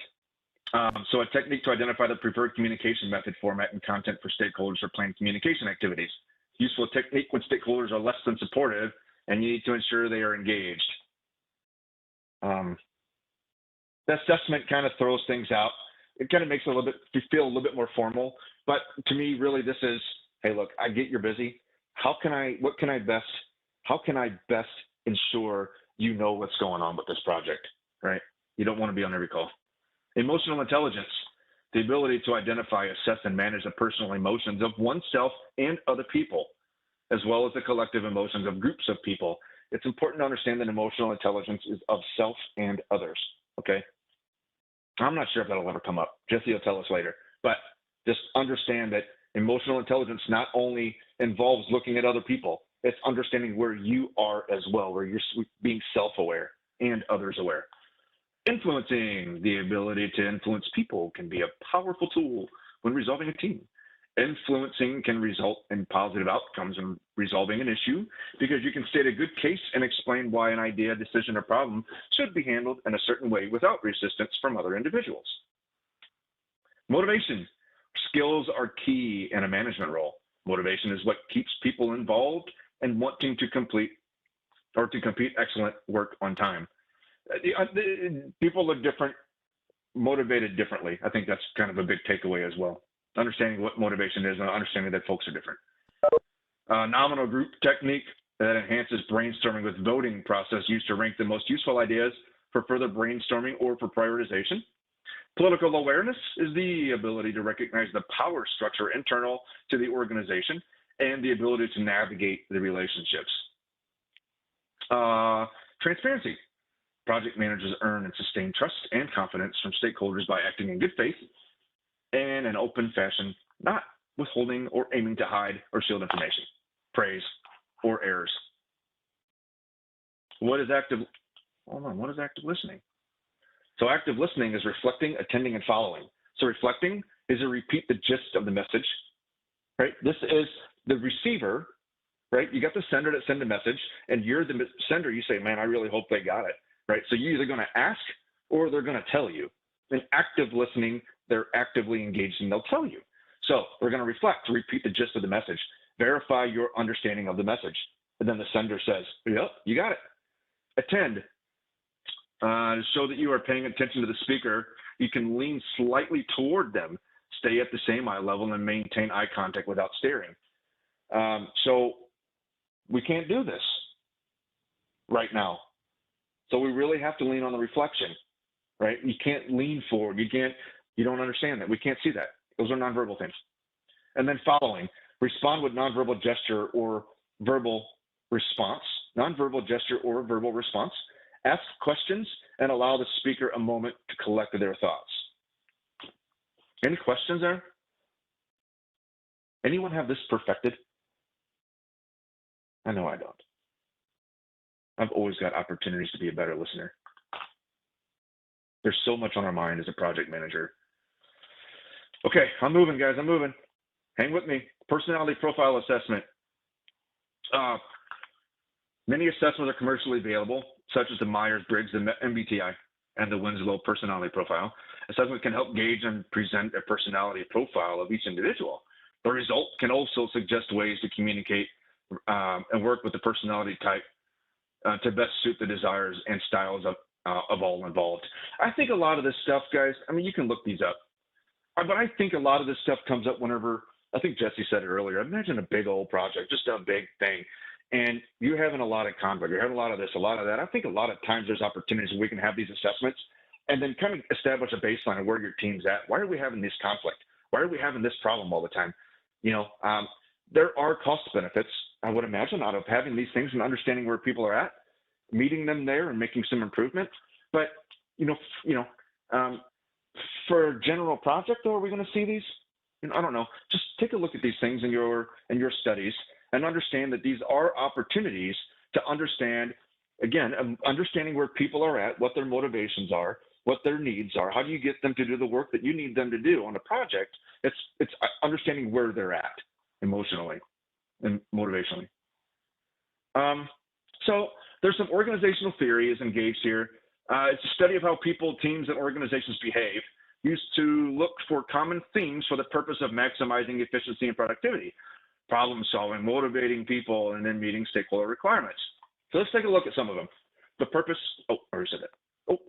So common organizational theorists, Maslow's hierarchy of needs, McGregor's theory X and theory Y, McClellan's achievement theory, and Herzberg's motivation theory. I vaguely remember a question on my exam that had to do with Maslow's hierarchy of needs, what you see over here, but it was more to the, it doesn't say, it wouldn't say anything like, oh, so what's above safety in the diagram? It was, it was something to the effect of what is the foundational needs, what addresses the foundational needs of an individual, or what is the paramount, what's the paramount achievement in the hierarchy of needs, right? Self-actualization. So that's the type of thing that I remember, but Jesse can talk to us about it in a minute. But again, remember, I'm a picture guy. Let me give you a few takeaways. We're not going to go into the details here. So think of the Maslow's hierarchy of needs as a pyramid, right? Always as a pyramid. That's your brain dump, your pyramid. Psychological needs, right? There's breathing and food and water and shelter. The idea of Maslow's hierarchy of needs is you've got to satisfy each level before you reach self-actualization. You can't have safety and security before you have food, water, and shelter. You can't have love and belonging without having food and shelter and employment and property and family, right? That's what his theory is stating, right? And then at the very, very top, you reach self-actualization where you have morality and you're creative, you're spontaneous, you're acceptable, okay? So think of Maslow's hierarchy of need as this pyramid, and then your brain dump would be, do an acronym, PSLSS. Do your brain dump, and there you go. Okay, good. Next, McGregor's X theories of X and Y. Whenever I was learning this, I always thought of the smiley face over the Y. Essentially what theory X is from the manager's perspective, is that people need to be closely supervised. They're going to avoid work. They don't want to have responsibility, and you have to push them to do anything, right? Very old school, very carrot stick thinking. Where theory Y, which I'm a happy manager, like, yay, I don't have to be on their butt all the time. They're motivated. They're self-fulfilled. They're goal-oriented. They want to naturally work. I'm a happy manager because of that, right? So McGregor's theory X is the sad face. Why do I got to do all this all day? Theory Y, I'm so glad I have a team of folks that really enjoy their job. Okay? So smiley face, sad face. Herzberg motivators and hygiene factors. Really, you get, I think about it this way. These are the motivators. This stuff down here is meant to be a foundation. These are the dissatisfactors. What this means is this stuff is generally available, but when it is reduced, it results in satisfaction. When it improves, it doesn't necessarily result in satisfaction. It's more of the reduction of you take the foundation away, that it is a dissatisfying. Well, when you look at the motivators, these things are added. When you gain, there's folks that are motivated by achievement or recognition or work itself. So this is the type of thing that I look at. From the foundation, these are the things that are dissatisfiers. You've got your motivators, which is the rocket ship sending it up, right? McClellan's motivation theory, need for power, affiliation, and achievement. You'll figure out how to get through that, right? Power is they need control. They want to learn. They like to win arguments, right? Need for affiliation. They want to be part of a group.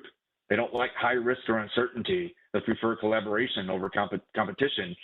The need for achievement. These are things where you've got to meet people. This is their motivation level. It's not a right or a wrong. None of this is a right or a wrong. It's just you've got to meet them where they're at. These are the things that motivate them. Okay? Guidelines for building emotional intelligence with key stakeholders. Shoot, this is it, guys. This is it. All right, so recognize your own emotions and behaviors. Remember? Self-awareness, others' awareness.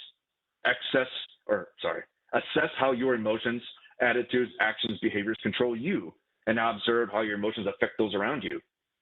Take note of physical nonverbal cues of others, such as a shrug or a smile or looking down, stepping away, or hands crossed. We'll get on YouTube and probably find a million different videos on understanding verbal cues.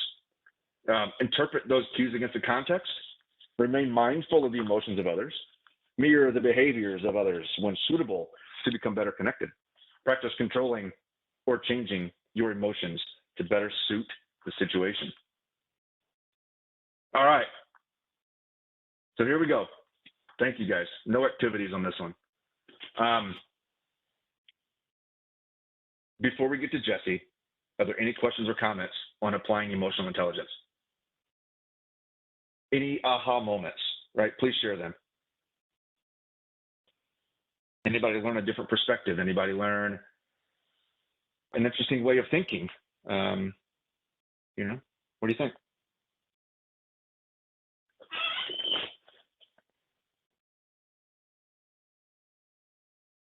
Sweet. All right. The time you have all been waited for. It is the time for Jesse to take the stage. Jesse, in case those that may have joined a little bit late, I'll let Jesse share the story. So Jesse, you can take over and then feel free to facilitate questions, please. Thank you. Yeah. So Will, before we start the Q&A, just a quick comment. Really, the material tonight was spot on. You know, and that's probably some of the questions that you guys may have had, and I certainly had myself. You know, is this material really actually covered on the exam? And certainly tonight it was, at least for me. And then I thought the example questions were really, really good. You know, how do they compare to the exam? The exam is probably more challenging just because they're going to add you know, more twists in there. They're going to add more traps, you know, things like that that you have to spot, identify, things like that. But you know, overall, I thought they were really good. Certainly, there are a massive amount of situational questions on the exam. So anyway, Will, just a little feedback. You know, I thought the material was you know, really, really good, spot on, like I said. Thank you.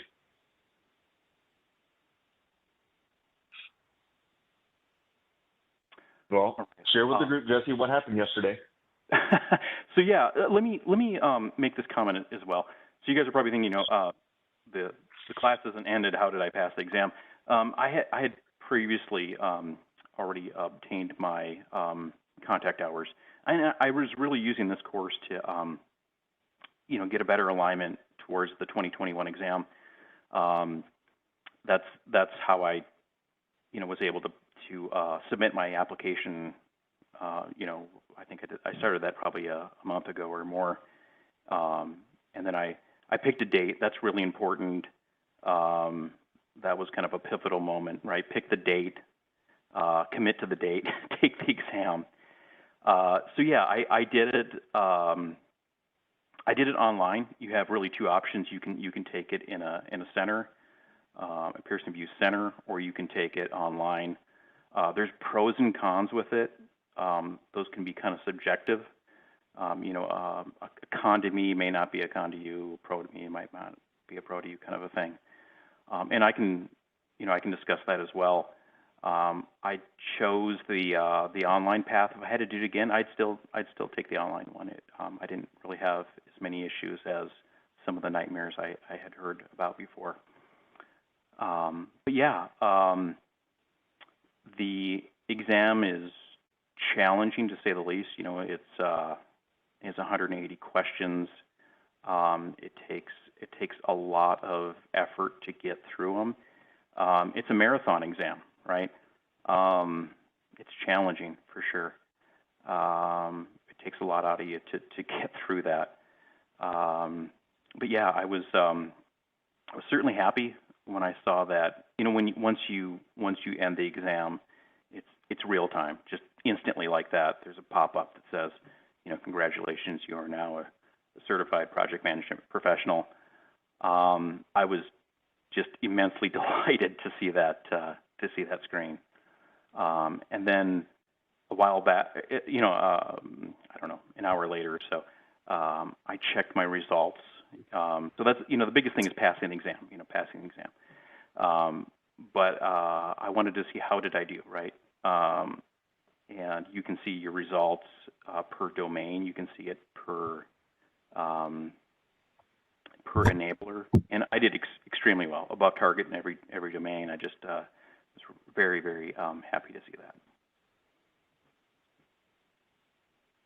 So, Jesse, what kind of format was it? Was it choice? Was it paragraph?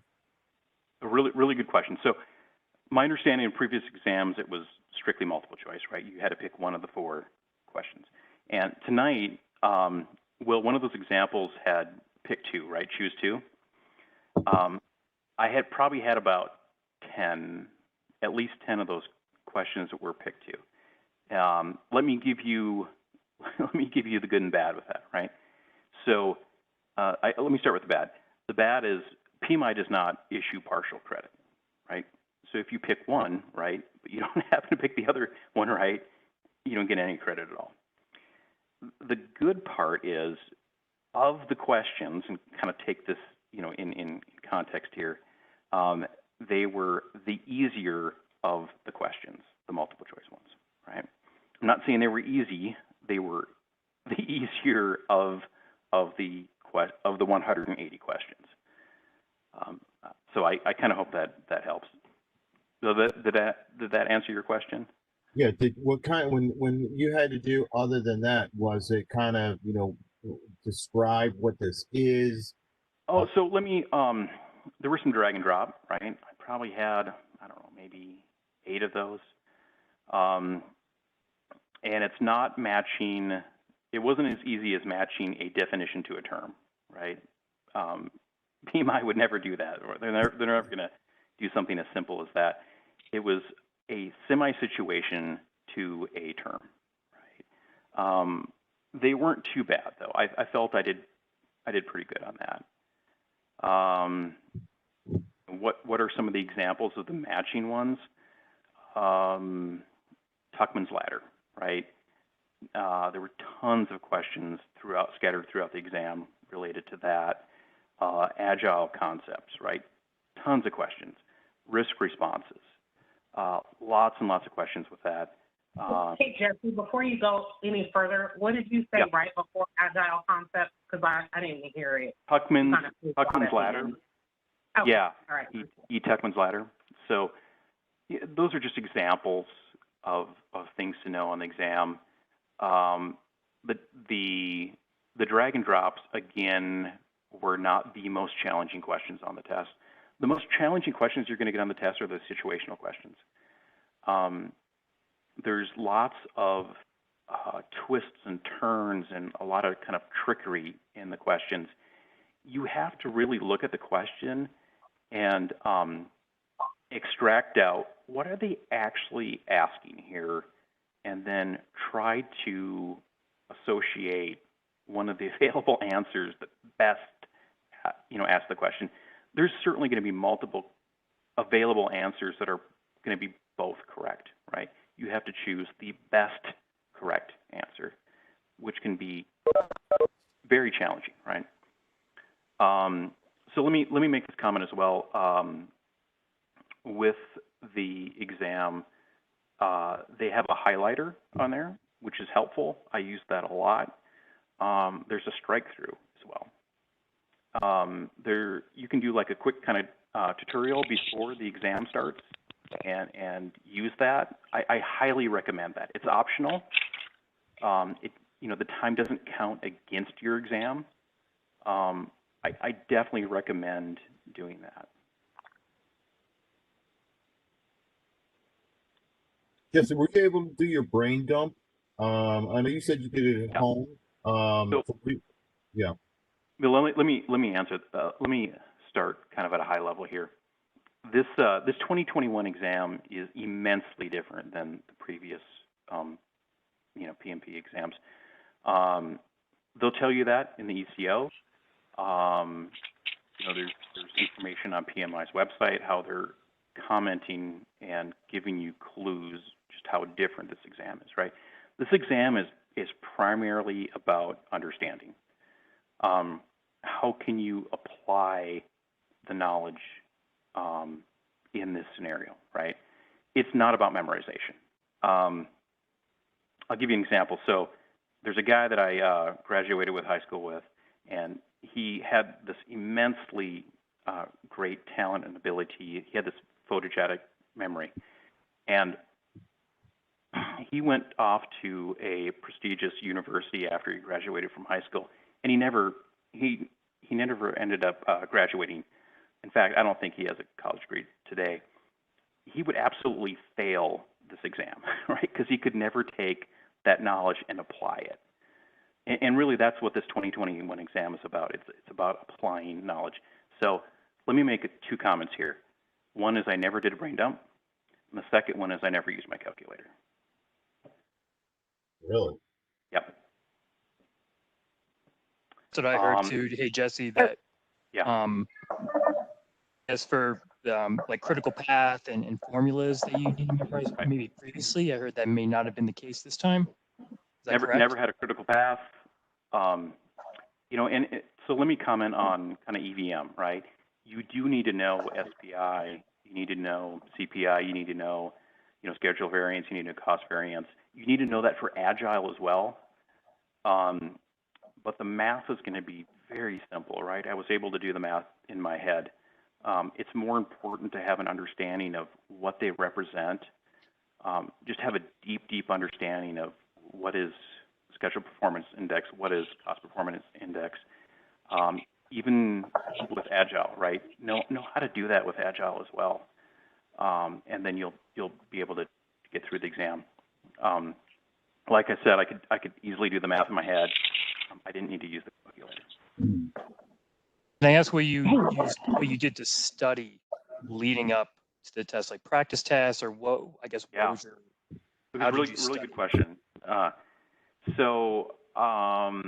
I use a number of different tools, and this is the tricky part about the 2021 exam. There's a lot of material out there that just hasn't caught up yet, right? So the first book I bought was Andy Crow's How to Pass Your PMP exam on the first try. This was the updated version, including Agile, which was supposed to be aligned for the 2021 exam. Here's my take on that. It had basically it was the same book as previously, just with Agile sprinkled in. It wasn't updated enough, right? So the Agile practice guide, right? I think you guys probably have that already if you became a PM, a PMI member, right? That is incredibly important to read that. I read it 3 times. It's a quick read. Read that. Here's another one, the Scrum Guide. The Scrum Guide is free. Anyone can download the Scrum Guide. I read that 3 times. That's really important as well. The PMBOK is actually important, but I used it as a reference.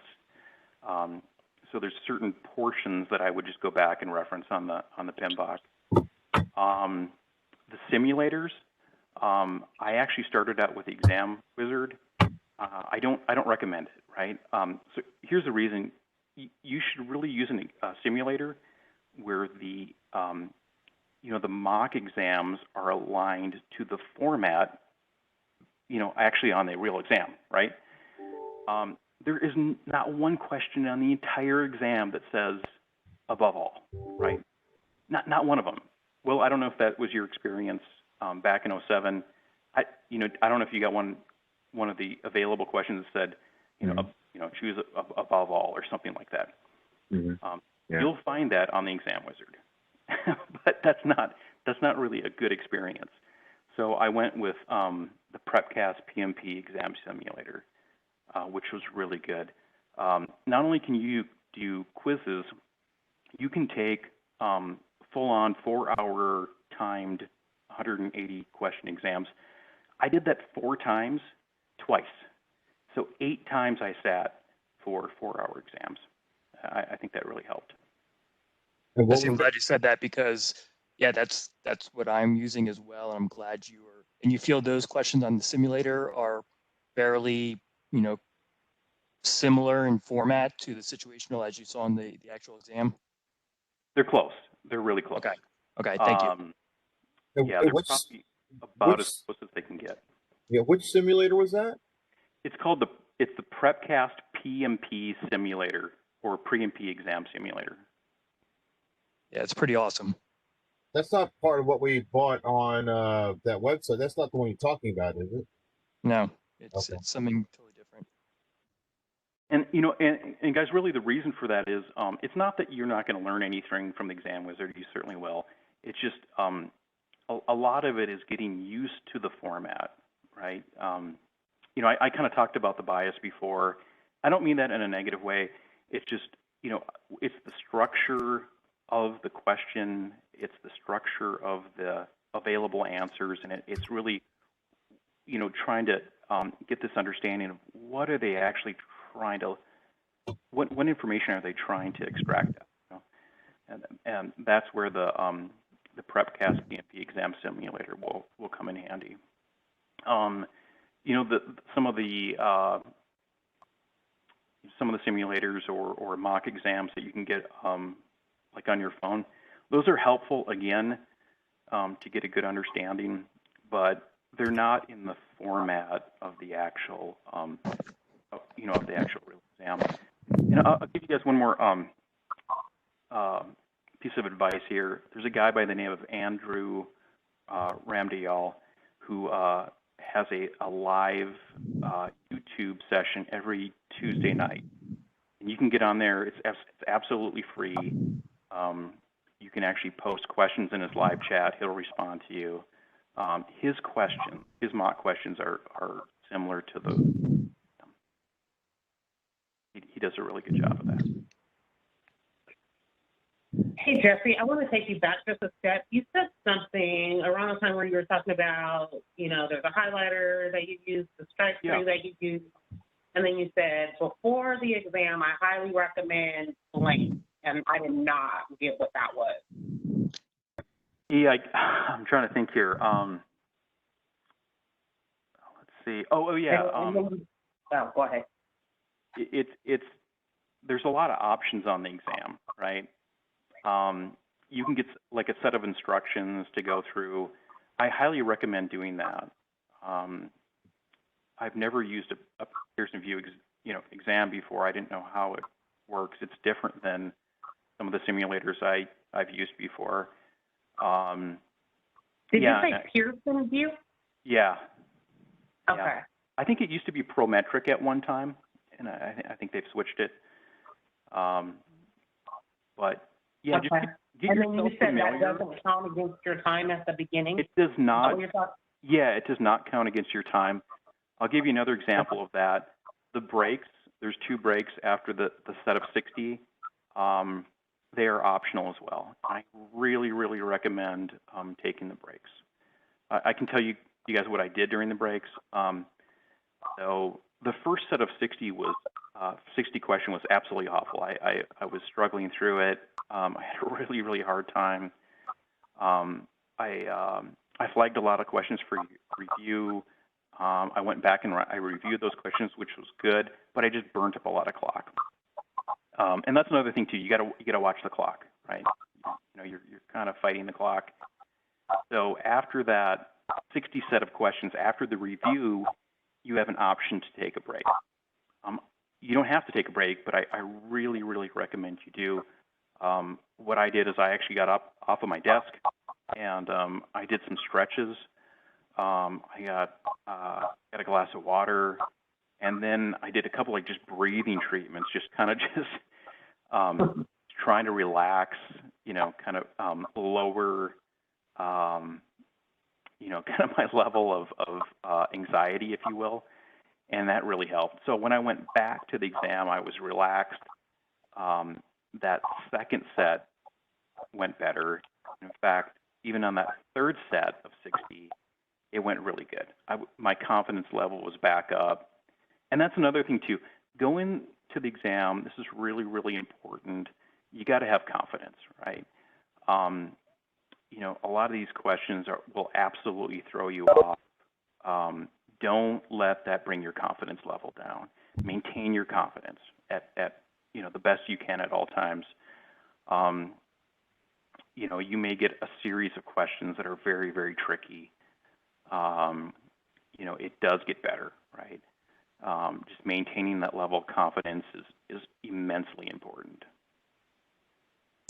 Hey, Jesse, when you take the test, you say you go through 60 questions. Is there a way that we can mark the question, go back, review only some questions, that kind of thing?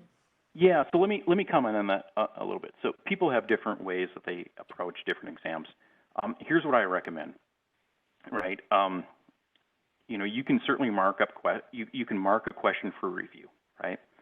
I would do that only if you're really not sure, right? Don't mark every question if you're semi-unsure. Otherwise, you're going to be marking literally every question, right? And then here's another thing. Answer every question. Don't leave any question on that exam unmarked. Even if you're guessing, mark it and then mark it for review. You know, pick a you know, A and then put it for review. The reason is you never want to get in a situation where, you know, the clock stops, the test ends, and you didn't answer that question, right? Because now you have a 0% chance of getting it right versus a 25% chance, right? So the worst case scenario, simply just pick one and mark it for review. That's my personal advice right there. Like I said, you never want to run out of time and you know end the test without answering a question. So here's the thing, that those simulators that I mentioned, that will help you a lot. And it goes back to the analogy I talked about with a marathon test. It's like a marathon, right? You know, how you get good is you compete in more marathons, right? The more marathons you do, the better you get, and it's the exact same situation with this test. Jesse, can you put in the chat the spelling of Andy's last name? Yeah, I'll do that, absolutely. But yeah, just look him up on YouTube every Tuesday night. And if you can't make Tuesday night, he records it so you can watch it. I've done that. I'll actually kick up the speed to like 1.25 or something like that, or 1.5. He's really good. In fact, I'll give you guys the biggest hint on this entire test. It's the mindset, right? Specifically, the servant leadership concept is the #1 thing you need to learn on this test. In fact, let me give you this quote here. Servant leadership is a leadership approach where the project manager serves and supports the needs of the project team over everything else to maintain a high performance level of the team and achieve the project objectives. The most important thing that you can extract from that is over everything else, quite literally over everything else. Will, I'll use you as an example. Let's say you're a project manager. You're faced with a scenario. If you support your team, right? Let's say your project is now over budget, right? Let's say you have an option to not support your team and your project remains on budget. Which one do you do? Yeah, you support the team. Absolutely. By far, absolutely #1 thing to take away from this is the servant leadership mindset. You've got to support your team. No matter what, right? #1 takeaway. Jesse, this is... No, go ahead, please. Thank you. Okay, I just had a quick question. Would you say the exam is 50% agile, 50% predictive, or is it more 2/3 agile and, like the remainder predictive? So that's a really good question. There's a really, really important takeaway from this. If you go to the ECO, right, you can download the ECO for free. And there's a really, really important takeaway on that. So if you look at the people, process, and business environment, it gives like 42%, 50%, 8%, and then it totals 100%, right? But it does talk about predictive versus agile. And this is exactly what they say. About half of the examination will represent predictive project management approach, and the other half will represent agile or hybrid, right? So why don't you think they said exactly 50%? So here's my experience on that. It was more than 50%. I wasn't counting questions, certainly. It just, my takeaway on that was it felt like it was more. How much more? I don't know. It was close to 50, but it just certainly felt like more. I think there's probably a little bit of variance in there from maybe exam to exam. I would say it's not less than 50%. And here's the thing with Agile. This is my takeaway from it. Because I was kind of new to Agile coming into this. The most tricky part about Agile is learning the terminology, right? And I personally think that Agile is actually easier than predictive in many ways, but just kind of learning about, well, what actually are all these terminologies? So a good way to do that is just associate it with something simplistic, right? Take like retrospectives, right? What are retrospectives? Well, the easiest way to associate that is, well, they're kind of like lesson learning. Yeah. Just use a simple associations, and you'll get it, and you'll get it really, really fast. So did you feel like go ahead. I was just going to make a comment. There are many questions on the exam where you're moving from predictive to hybrid, or predictive to Agile, or something like that. Just tons and tons of situational questions on there. But really, Agile is not complicated.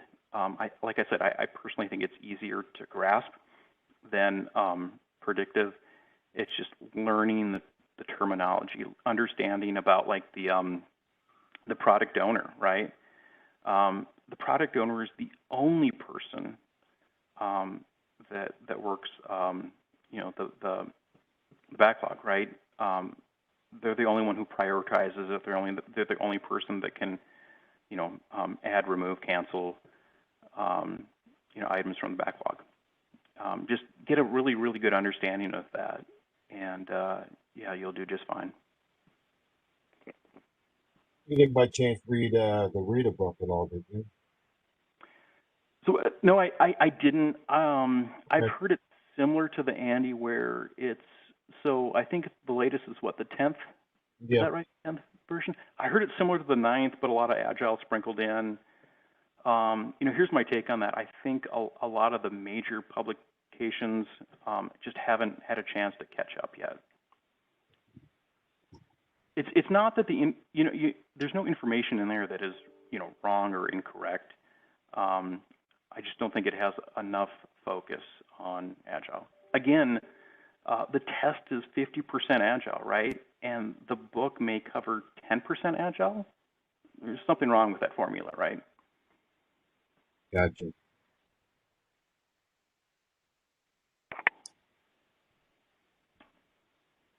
All right, guys, what else?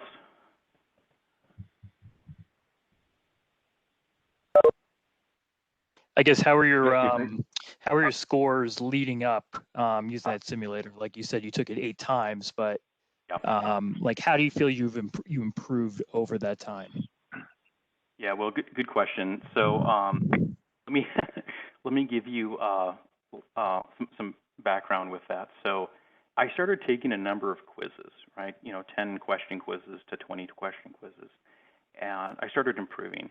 And there was a point where I got on some small quizzes like 90% 3 times in a row, and I said, okay, I'm in good shape, right? I'm ready to take a 4-hour exam. The first exam I took, the first 4-hour exam I took, I failed it. I got 60% on it. And I thought, wow, that's weird. I got 90% on 3 quizzes in a row, and I got 60% on the final exam. And a lot of that was I wasn't ready for it. I wasn't ready for a 4-hour exam. And I started looking at the questions, and the ones near the end, I just really started just not focusing on what the question was, not trying to extract the answer. It's your endurance. Yeah, the exam fatigue set in, right? Yeah. So anyway, I went from 60 to 67% to 72% to 80%. That was kind of my progression. Wow, that's awesome. Yeah, it progressed. and like I said, I kind of go back to this analogy of a marathon. Really, the more you do this, the better you'll become. Sitting for a 4-hour exam is incredibly difficult. I wouldn't want to go into it unprepared. So you have to be, physically and mentally prepared to do that.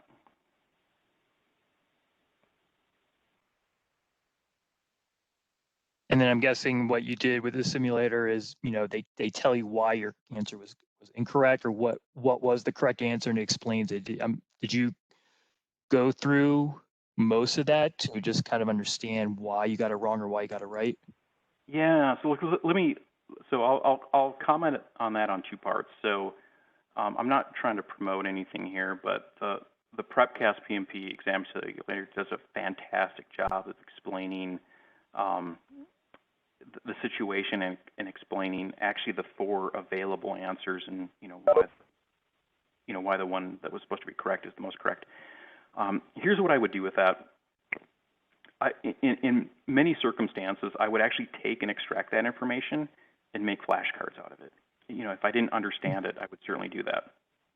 And then some scenarios, I just simply didn't read the question correctly, or I fell for the trap, right?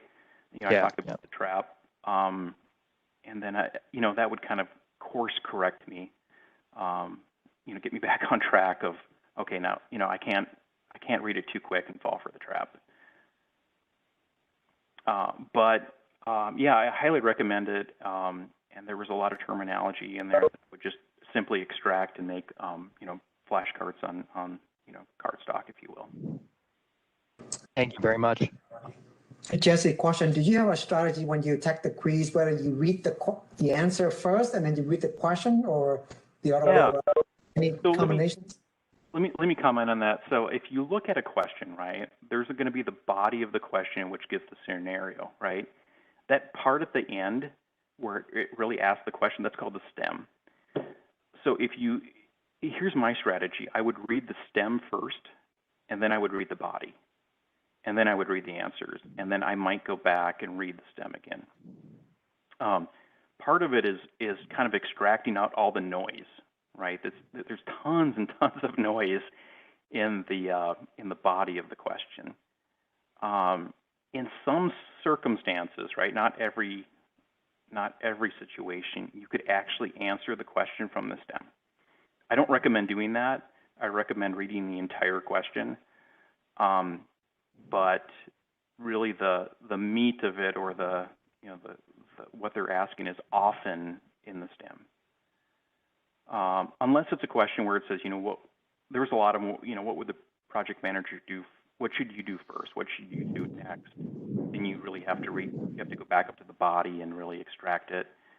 But no, I would often read, the last part of it, the stem of the question.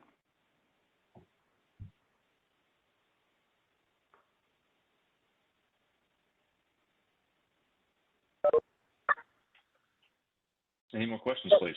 Jesse, I really appreciate this. Thank you for hanging out with us. This is incredibly valuable for everybody. Guys, like I said, it's keeping your, keeping your confidence level up during the exam. These questions are absolutely awful. They will try to throw you off, and they will try to trick you. Don't let them get to you, right? I think that's most of it. It's just keeping your confidence level up, and really progressing forward. Mm-hmm. Yeah, don't,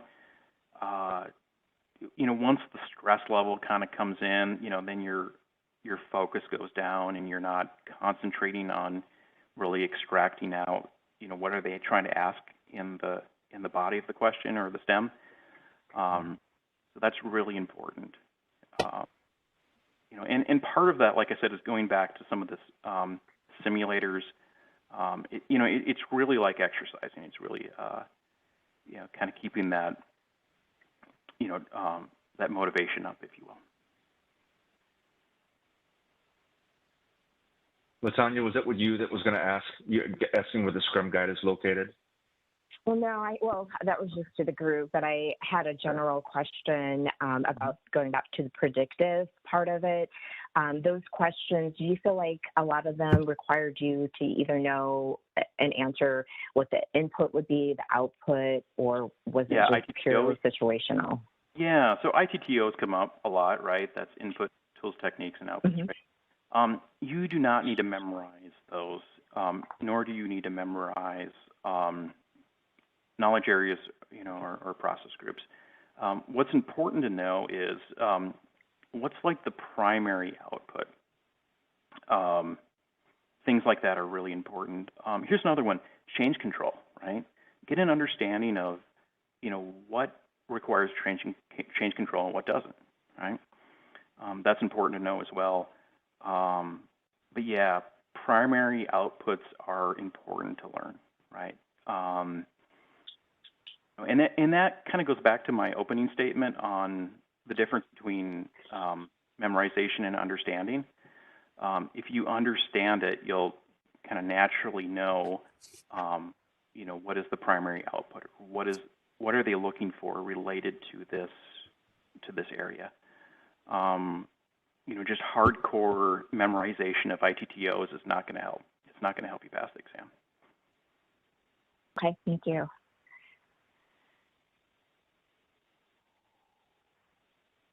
Just from a time perspective, did you take several days off work before, during? Like, can you tell us a little bit about your prep? Yeah, right? sure. I took, everyone's study methodology is going to be different. I simply took Monday off. I took that as a PTO day prior to my exam on Tuesday. I did a lot of studying, though. I mean, every opportunity I could get in my entire day, free time, I would study. Like in the car, right?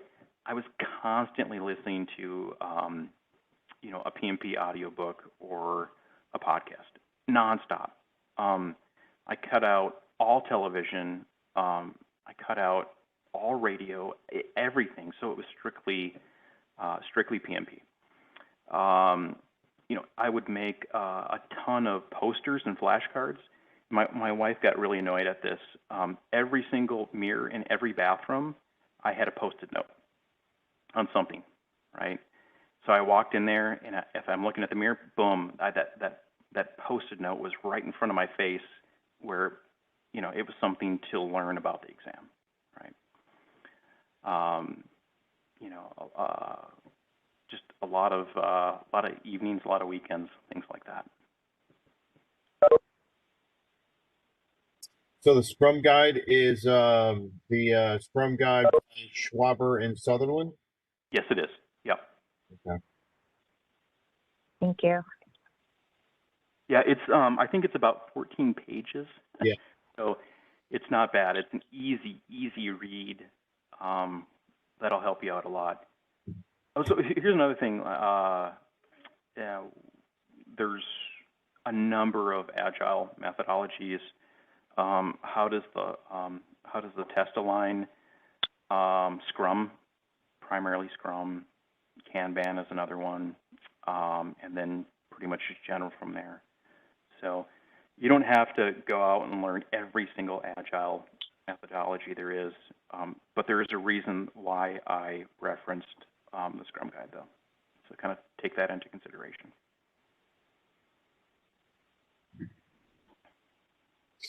Okay.